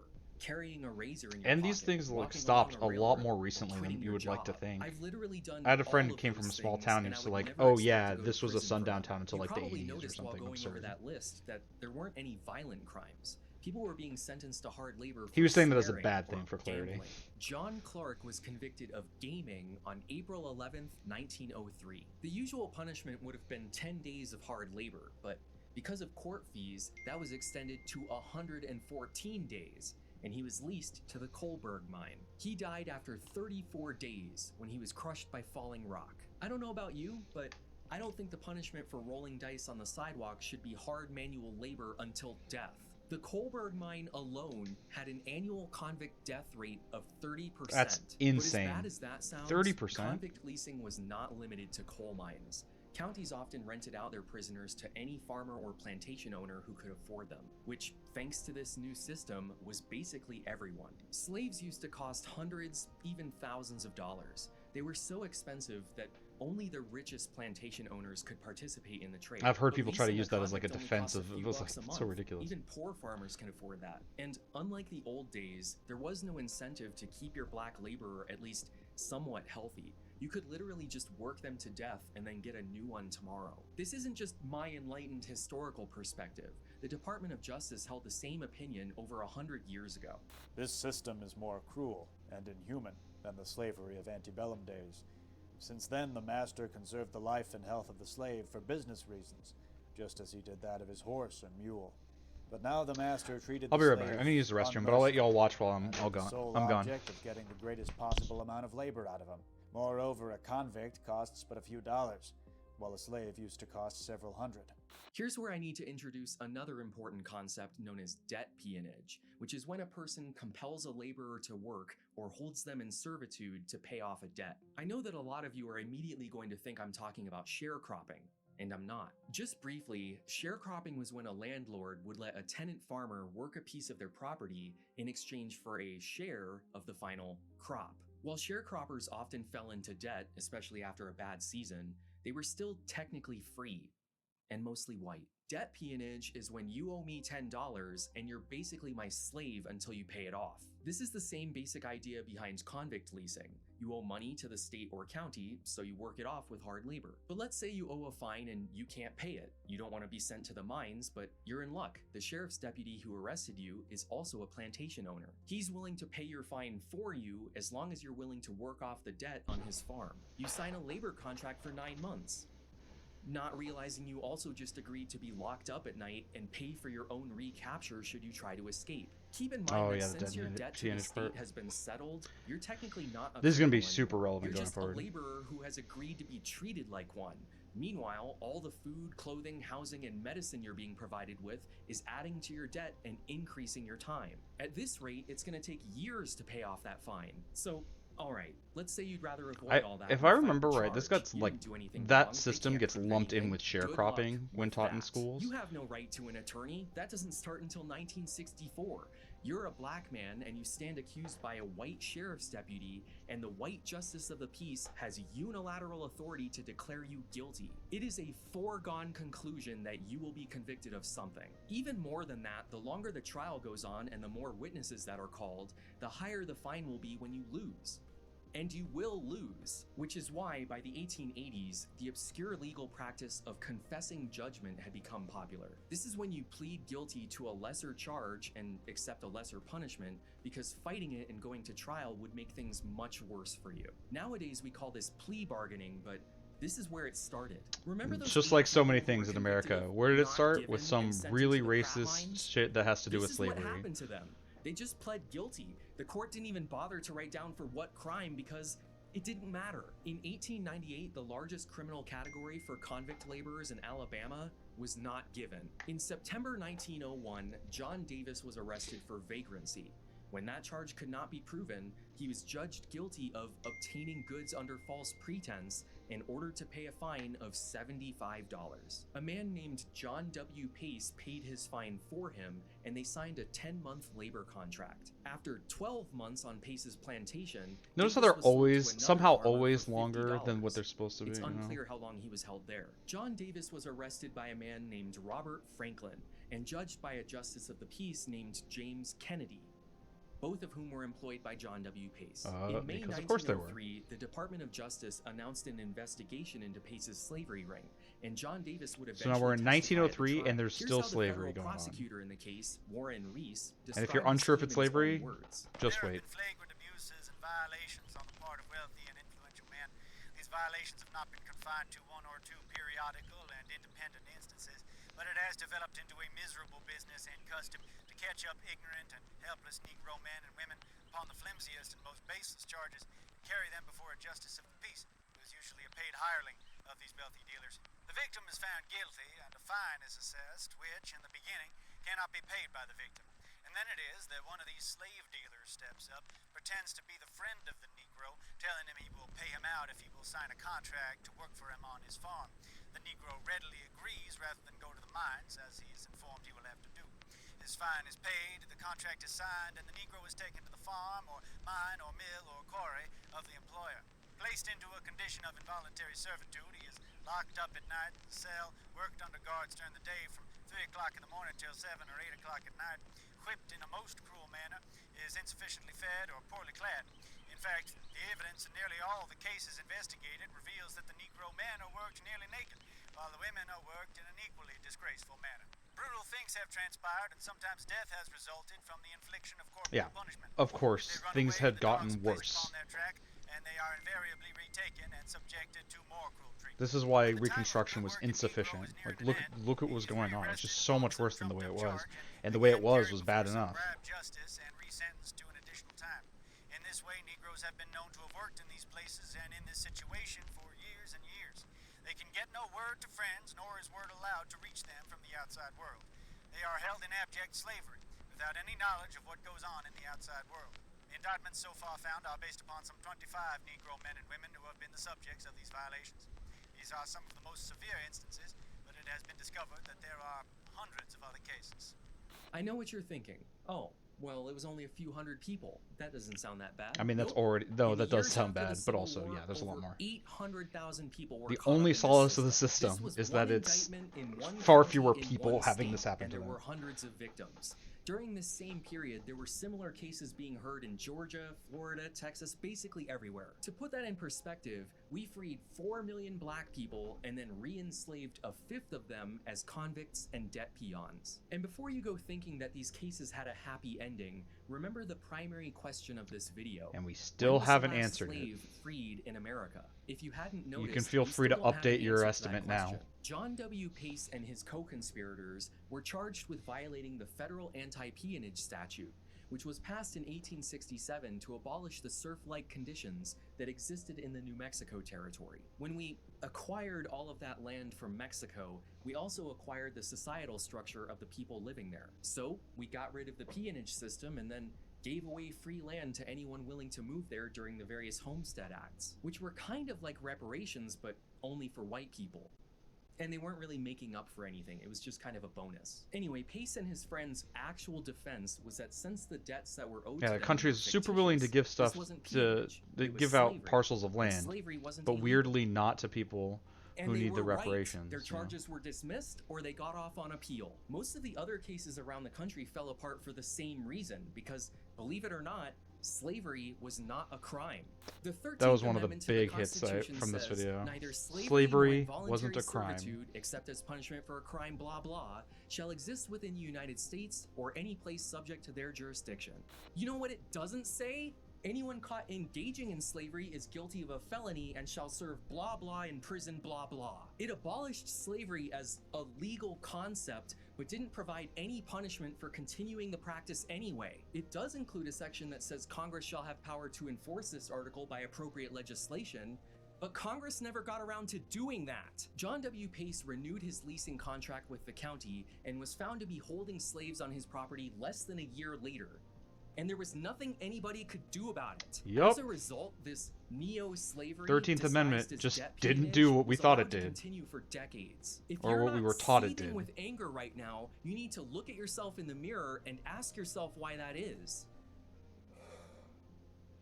As I mentioned, this wasn't isolated to the coal mines and cotton plantations of Alabama. Convict debt peons were cutting sugarcane in Texas, harvesting turpentine in Florida, and working at the infamous Chattahoochee Brick Company in Georgia, where they like to use child convicts because they were small enough to fit inside of the kilns. After public hearings on corruption and conditions within their leasing system, the state of Georgia decided to abolish their program in 1909. Martin Tabert was arrested for vagrancy in the winter of 1921. He was found guilty and was imposed a fine of $25. His family actually sent the money, but by the time it arrived, he had already been leased to a turpentine camp in Florida on a 3-month contract. Shortly afterwards, he was whipped over 100 times by an overseer and died of his wounds. Normally, this wouldn't change anything. This happened literally every day all over the South, but Martin Tabert was a rich white kid from North Dakota. He was a 22-year-old on a cross-country backpacking trip when he was arrested. His family pressed charges, and the resulting media frenzy caused such a nationwide outrage that Florida ended its convict leasing. This is the kind of thing people point out of like, why is there outrage about the white person but not all the black people? making them the last state Really to hard do to so. argue with. In that final year, the state had over 37,000 So now we're in prisoners leased out to 1928. various Still companies has and there's still slavery in plantations. this country. 12,500 of which were sentenced to hard labor for the sale or possession of alcohol, because at this point, prohibition was a thing. 2,735 were in for vagrancy, 2,014 for gaming, 458 for leaving a farm without permission, and 154 for adultery and miscegenation. Once a state ended its convict leasing program, they transitioned to using prison labor on state projects, like roads and highways. These are the chain gangs you're familiar with. They start in the 1920s and 30s. Meanwhile, county convict leasing systems and the debt peonage scheme we discussed earlier, which is just slavery with extra steps, continue to exist without any real challenges. You've seen the length of this video, you know we're not done yet. While every US history To that teacher end, let's will check the correctly length tell you remaining. that Reconstruction ended in About 1877. 20 minutes. It took a few years for the reforms of that era to be dismantled. US v. Cruikshank and the slaughterhouse cases basically gutted the 14th Amendment. Without the presence of Union troops and without action from the federal government, southern state governments quickly stripped freedmen of all of their rights and Because of course refused to they did. protect them from mob violence. For almost a century after the Civil War, white-on-black crime went virtually unpunished. In 1883, the Supreme Court ruled There's that another the thing Civil that Rights came up Act with of Emmett Till. 1875, which prohibited racial discrimination in public accommodations, like restaurants and transportation, was unconstitutional. Here's the majority opinion from that case. When a man has emerged from slavery and by the aid of beneficent legislation has shaken off the inseparable concubines of that state, there must be some stage in the progress of his elevation when he takes the rank of a mere citizen and ceases to be the special favorite of the laws, and when his rights as a citizen or a man are to be protected in the ordinary modes by which other men's rights are protected. Less than 20 years after the Civil War, and they're already making the "oh come on, slavery ended forever ago" argument. So now anytime you hear that, you'll realize like this is it has nothing to do with whether it's true. 1892, People just Homer Plessy want to boarded a train ignore and what sat happened in the white past. section with the full intention of being arrested and challenging Louisiana's Separate Car Act. Plessy was only 1/8 black. That's one great-grandparent. And that was enough to put him in the colored section. As you're probably aware, in 1896, the Supreme Court sided with Louisiana and gave federal approval for segregation to become the norm across the country. Even the North was on board with segregation at this point. You see, before the Civil War, And as the I racial understand, the North hierarchy never had been really justified using the desegregated. Bible. It had been ordained by God. Have you ever wondered why there's a Southern Baptist church? Because in 1845, they broke away from the rest of the Baptists over the issue of slavery and the teaching that God stained their skin black as a permanent mark of servitude. Southern ministers Not unique to told them the either. slaves that Mormons theirs also was a have that in glorified one of their place books that among the like it's a chickens and mark the of pigs. being In evil or 1859, Darwin spurned came by out with his God. book On the Dark Origin skin, that of is. Species. And it didn't take long for amateur scientists to start measuring skulls and determining which race was superior.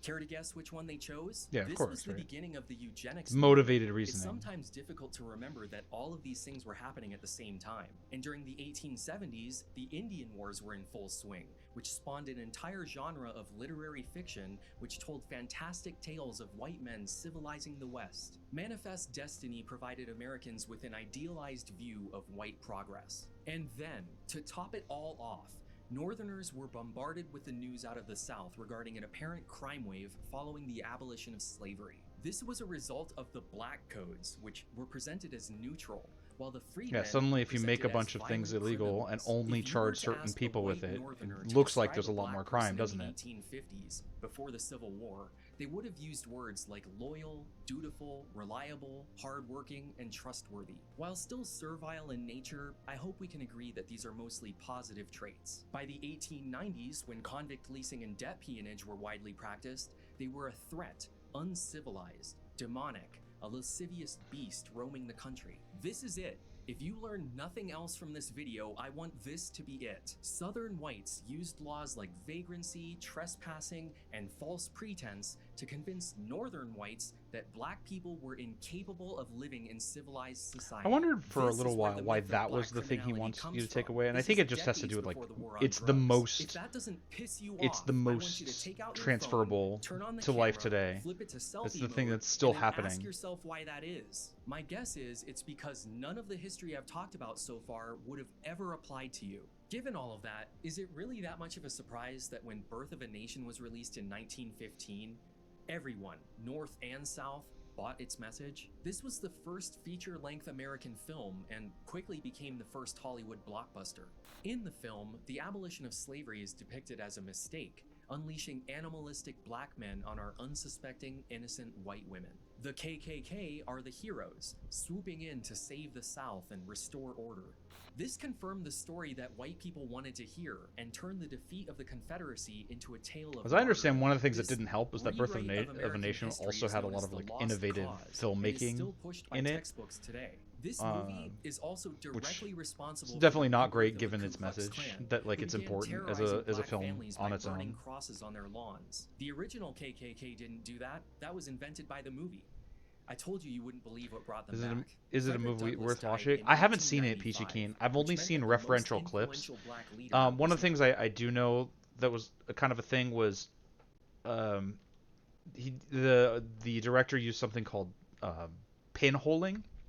Basically, he had like a large battle scene, which was pretty new for the time, and then when he wanted you to focus on something like here, he would. They didn't really have zoom that could really accommodate that, and you couldn't like bring the camera all the way there. So he did was he'd like black out the screen except for a circle around what you wanted to focus on, and it's actually pretty effective at like making that seem more visible and getting you to focus on it, which is like pretty neat, I guess. But obviously the movie is about really awful things. I haven't seen it, so I can't tell you if it's worth a watch. If you like film, like it's probably good to know about. It's taught in film classes for that reason, but I don't know. But like I said, I haven't seen it myself. As I understand it, is good to learn from, despite being, absolutely abhorrent in its messaging. Now, Booker T. Washington, who pushed a more gradualist message. He urged black people to accommodate white demands for subservience while building up their skills. He told them to learn a trade to hold the And keys modern to their own Republicans advancement love and Booker not T. move up Washington. north. Don't worry, Because it's white don't people will come agitate. around It's just eventually. like, yeah, Needless just to wait say, for this message justice was to praised occur. by many Southern whites. Yeah. By 1901, they had gradually disenfranchised every black person in the South by passing laws and writing new state constitutions. They obviously couldn't ban an entire race from voting because of the 15th Amendment. Instead, they instituted poll taxes and literacy tests to accomplish the same goal. You all See, I know definitely about learned these. about Even this. PragerU mentions them. What's neat Just is what like he's the about to black do. codes, Is he's going to we show you what probably these have look a like. Very watered down understanding of them. Let's start with the literacy tests. Nearly every state required you to know how to read and write if you wanted to vote, which sounds reasonable on the surface. See, I was just under the Here's an- impression it was like, well, okay, but it was illegal for black people to learn how to read, so that's probably why there's an issue. Well, Actual we'll see. literacy test from the state of Louisiana. It starts off with some fairly straightforward questions. Draw a line around the number or letter of this sentence, cross out the longest word, circle the first letter of the alphabet. Simple. But then you get to number 10. In the first circle below, write the last letter of the first word beginning with L. What? Number 12. Draw a line from circle 2 to circle 5 that will pass below circle 2 and above circle... Come on! This is only the first page. There are 30 total questions, and one wrong answer denotes failure of this test. Yeah, that's pretty Now, be ridiculous. honest. Is that what you thought a literacy test was when you learned about it in school? It's the Because trick I'm willing to question bet this test. was never explained to you. Nope, These tests were definitely wasn't. arbitrarily given out to anyone who couldn't prove a 5th grade education, and the questions were just vague enough that any answer could be subjectively wrong. Many states also put up financial barriers to voting. Mississippi required a poll tax of $3, which is just over $100 in today's money. Would you vote if it cost you that much to do it every time? I doubt it. Virginia's was only $1, but you had to be paying it for each of the previous 3 years before you could vote. Louisiana required you to own at least $300 Yeah, in property, and it's like, but even if included an you exemption were for interested in anyone who paying could this vote much on for it, January 1st, well, maybe you couldn't 1867. afford to. Or Especially their because remember, these are descendants. descendants This of is the origin slaves. the Like, phrase they don't grandfather have a clause. lot. This loophole I wouldn't do was it even if it was intended to let $3 in poor today's white money people either. vote, Yeah, well, even it's... if they didn't meet the literacy or financial requirements. And I As long think as even their $3 in today's grandfather money, was some allowed people to are just vote. like, well, I can't Virtually really no afford to black do people that. were voting in the South in A lot of people just don't have... 1867, Like, so their descendants didn't qualify. people have to do a lot of Disenfranchisement has things several to knock-on survive now. effects And, that you might not the immediately people think who about. have to It's a choose lot more between than just your food ability to and vote. You'll also medicine find it probably aren't near going to spend impossible to $3 run to for vote. office. This obviously meant that there were no black representatives in state or federal government, which is why the nice PragerU lady stopped counting them in 1900. But this also affected local office. There were no black sheriffs, constables, or justices of the peace. Not being registered to vote also means that you couldn't be called for jury duty, so black defendants were almost always tried and convicted by all-white juries. By the time Birth of a Nation and Woodrow Wilson came around, black people had been almost entirely pushed out of government. And of course, once you Statues don't were have being put up power, in the what North can you and possibly South, do and to the acquire lost it? cause had completely taken over the historical narrative. Race riots occurred in places like Springfield, Illinois, Charleston, South Carolina, and Tulsa, Oklahoma. Lynching had become so popular that children were let out of school early so they could attend, and newspapers advertised the event days beforehand. People took selfies with the deceased and left with souvenirs and postcards. The violence around the country got so bad that in 1936, Victor Green began publishing the Negro Motorist Green Book, a travel guide with a list of hotels, gas stations, and barbershops that are friendly to black people in every city. They were working on a fictional version of this in the first season of Lovecraft Country. This was based on a real thing. These were printed all the way through the Civil Rights Movement and ended in 1966. Think about what that means for a moment. This country was so hostile to black people that for 3 decades, they needed to have their own separate travel guide where every listed location had to be vetted for safety. I remember Because this when if you people went start into the talking about wrong like, oh, there's no town, history you of might racism in this disappear country. forever. This really wasn't that long ago. Mr. Speaker, yesterday, December 7th, 1941. If you're wondering what FDR has to do with slavery, I'm guessing you've forgotten the primary question of this video. Again, after Yep. giving that speech, President Roosevelt asked his cabinet what They had the Yelp enemy before was the going to internet. use Well, against yeah, the but like, United States in the coming but not like propaganda for war. their The quality, answer but was for the their treatment of safety. the Yeah, Negro. exactly, In for addition survival. to disenfranchisement and segregation, the convict leasing debt peonage system was still holding thousands of people in bondage. A man named Charles Bledsoe pled guilty to peonage in Mobile, Alabama in October 1941. Just 2 months before Pearl Harbor. America could hardly claim the moral high ground or point fingers at how Japan was treating the Chinese or Koreans, Which when is we had another our thing that's own worth learning about. subjugated underclass. So on December 12, 1941, FDR's Justice Department issued Circular 3591. A summary of the department files on alleged peonage violations discloses numerous instances of prosecution denied by United States attorneys, the main reason stated as being the absence of the element of debt. In the matter of control by one over the person of another, the circumstances under which each person is you don't like placed FDR? must be determined, i.e., He did a lot of good stuff. subservience of the will I don't know. of one to the other. Obviously, Open it wasn't force, perfect. Nobody threats, is, but or intimidation did a lot of good need things. not be used to cause a person to go involuntarily from one place to another to work and to remain at such work. Such as Nor does ending evidence of slavery, kind of apparently. treatment show an absence Took him of too long. involuntary servitude. It shouldn't have In the been United States, up to him one to do it, cannot but sell himself as a it's good. peon or a slave. Glad it The happened. law is fixed and Finally. established to protect the weak-minded, the poor, the miserable. Men will sometimes sell themselves for a meal of victuals, or contract with another who acts as surety on his bond to work out the amount of the bond upon his release from jail. Any such contract is positively null and void, and the procuring and causing of such contract to be made violates the law. To assure emphasis on the issue of involuntary servitude and slavery in considering these cases, the Federal Bureau of Investigation has been requested to change the title on its reports from peonage to read involuntary servitude and slavery. This memo told prosecutors to stop trying these cases under the federal anti-peonage statute because What's so many interesting too people is were like it's just changing how it's being tried, but like there's no hasn't been a law at this point, I guess, that makes slavery illegal. I wonder if since then there's been a law passed by Congress, or if it's still the peonage thing that's just being tried using differently. the same defense as John W. Pace, that since the debt wasn't real, this wasn't peonage, it was slavery. And slavery wasn't a crime. They were told to stop calling it peonage and start calling it what it is, slavery. The memo provided them with a list of other statutes that could apply and told them to aggressively prosecute these crimes as part of the war effort. Over the next few months, dozens of cases would be opened across the country. In September 1942, on a farm outside of Beeville, Texas, a man named Alfred Irving became the last chattel slave to be freed in America. Not And now we have indentured the servant answer. or convict laborer or debt peon, slave. Here's a news article from the Times saying as much. The Skrabarczyk family held him as a slave for at least 4 years. They starved him and beat him with chains, whips, and ropes so regularly that he was permanently disfigured. The family was found guilty and sentenced to federal prison. The Corpus Christi Times said that the trial and its conclusion will undoubtedly be said in the future to have given a decisive setback to the enemy propaganda machine. So, and it really sucks. Like, why did we finally try to put an end to slavery as a country? Oh, because it was good for, it was a hit to the enemy propaganda machine in a war. Like, even when we do the right things, it's for the wrong reasons. But at least there weren't, at least slaves aren't, like, you know, at least there's no more slavery, at least outside of prisons. Pearl Harbor, the Japanese ended slavery in the United States. When people notice the obvious inequality in our country and wonder why black people haven't caught up yet despite slavery ending over 150 years ago, they're wrong.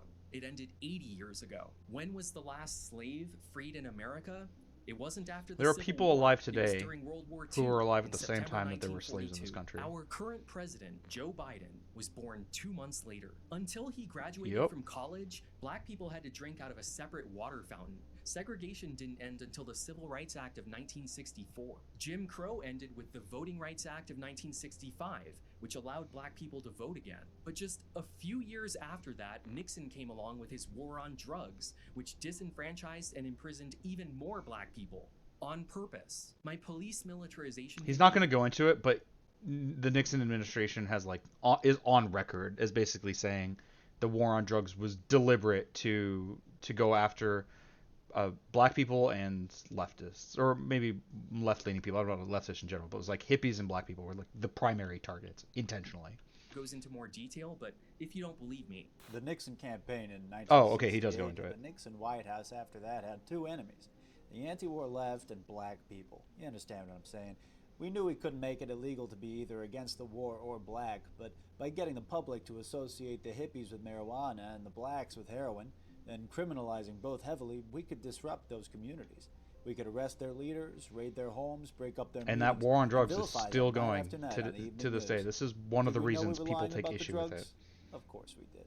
Why haven't we done reparations? We clearly owe them. And by we, I don't mean white people. I mean the government of the United States. Since the colonial days, the laws of this country have been used to force black people into a permanent underclass. For the first 100 years after independence, the Constitution not only allowed, but protected slavery. And immediately after it was abolished, the criminal justice system was used as leverage to extract as much labor and Nixon wealth I'm on out of board black with. people as possible, either directly by sentencing them to hard labor in the coal mines, or indirectly by issuing an exorbitant fine that was then paid for by a plantation owner who held that debt over them while simultaneously increasing it so it took years to pay off. If they tried to leave, they'd be arrested for breaking a labor contract and given even more hard labor. This blatantly unjust system created generations of people who rightfully fear going out alone and have learned not to expect help from the authorities. They don't trust the police and have lost all faith in the criminal justice And given system. that history, And doesn't who that can make blame sense? them? For Yeah. almost 100 years, the primary purpose of the judicial system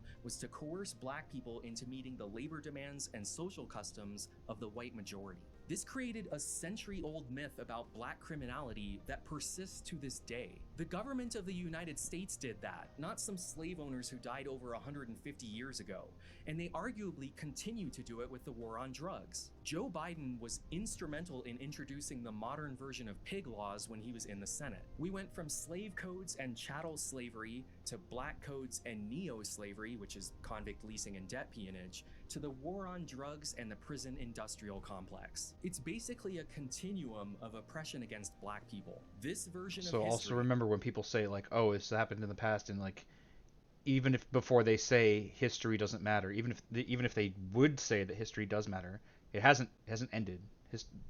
We're still in it. It's just been continued differently. otherwise known as What Actually Happened, explains much more about the current state of racial inequality in our country than the standard American history myth we were all taught. Have you noticed I haven't shown you a PragerU clip in the last half hour? Because this part of the story is almost always skipped over.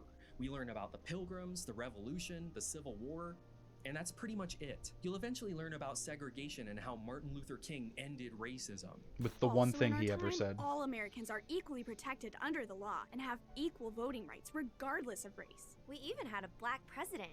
2 terms. Today, America is the most successful multiracial country in history. The only white majority country to elect a black president twice.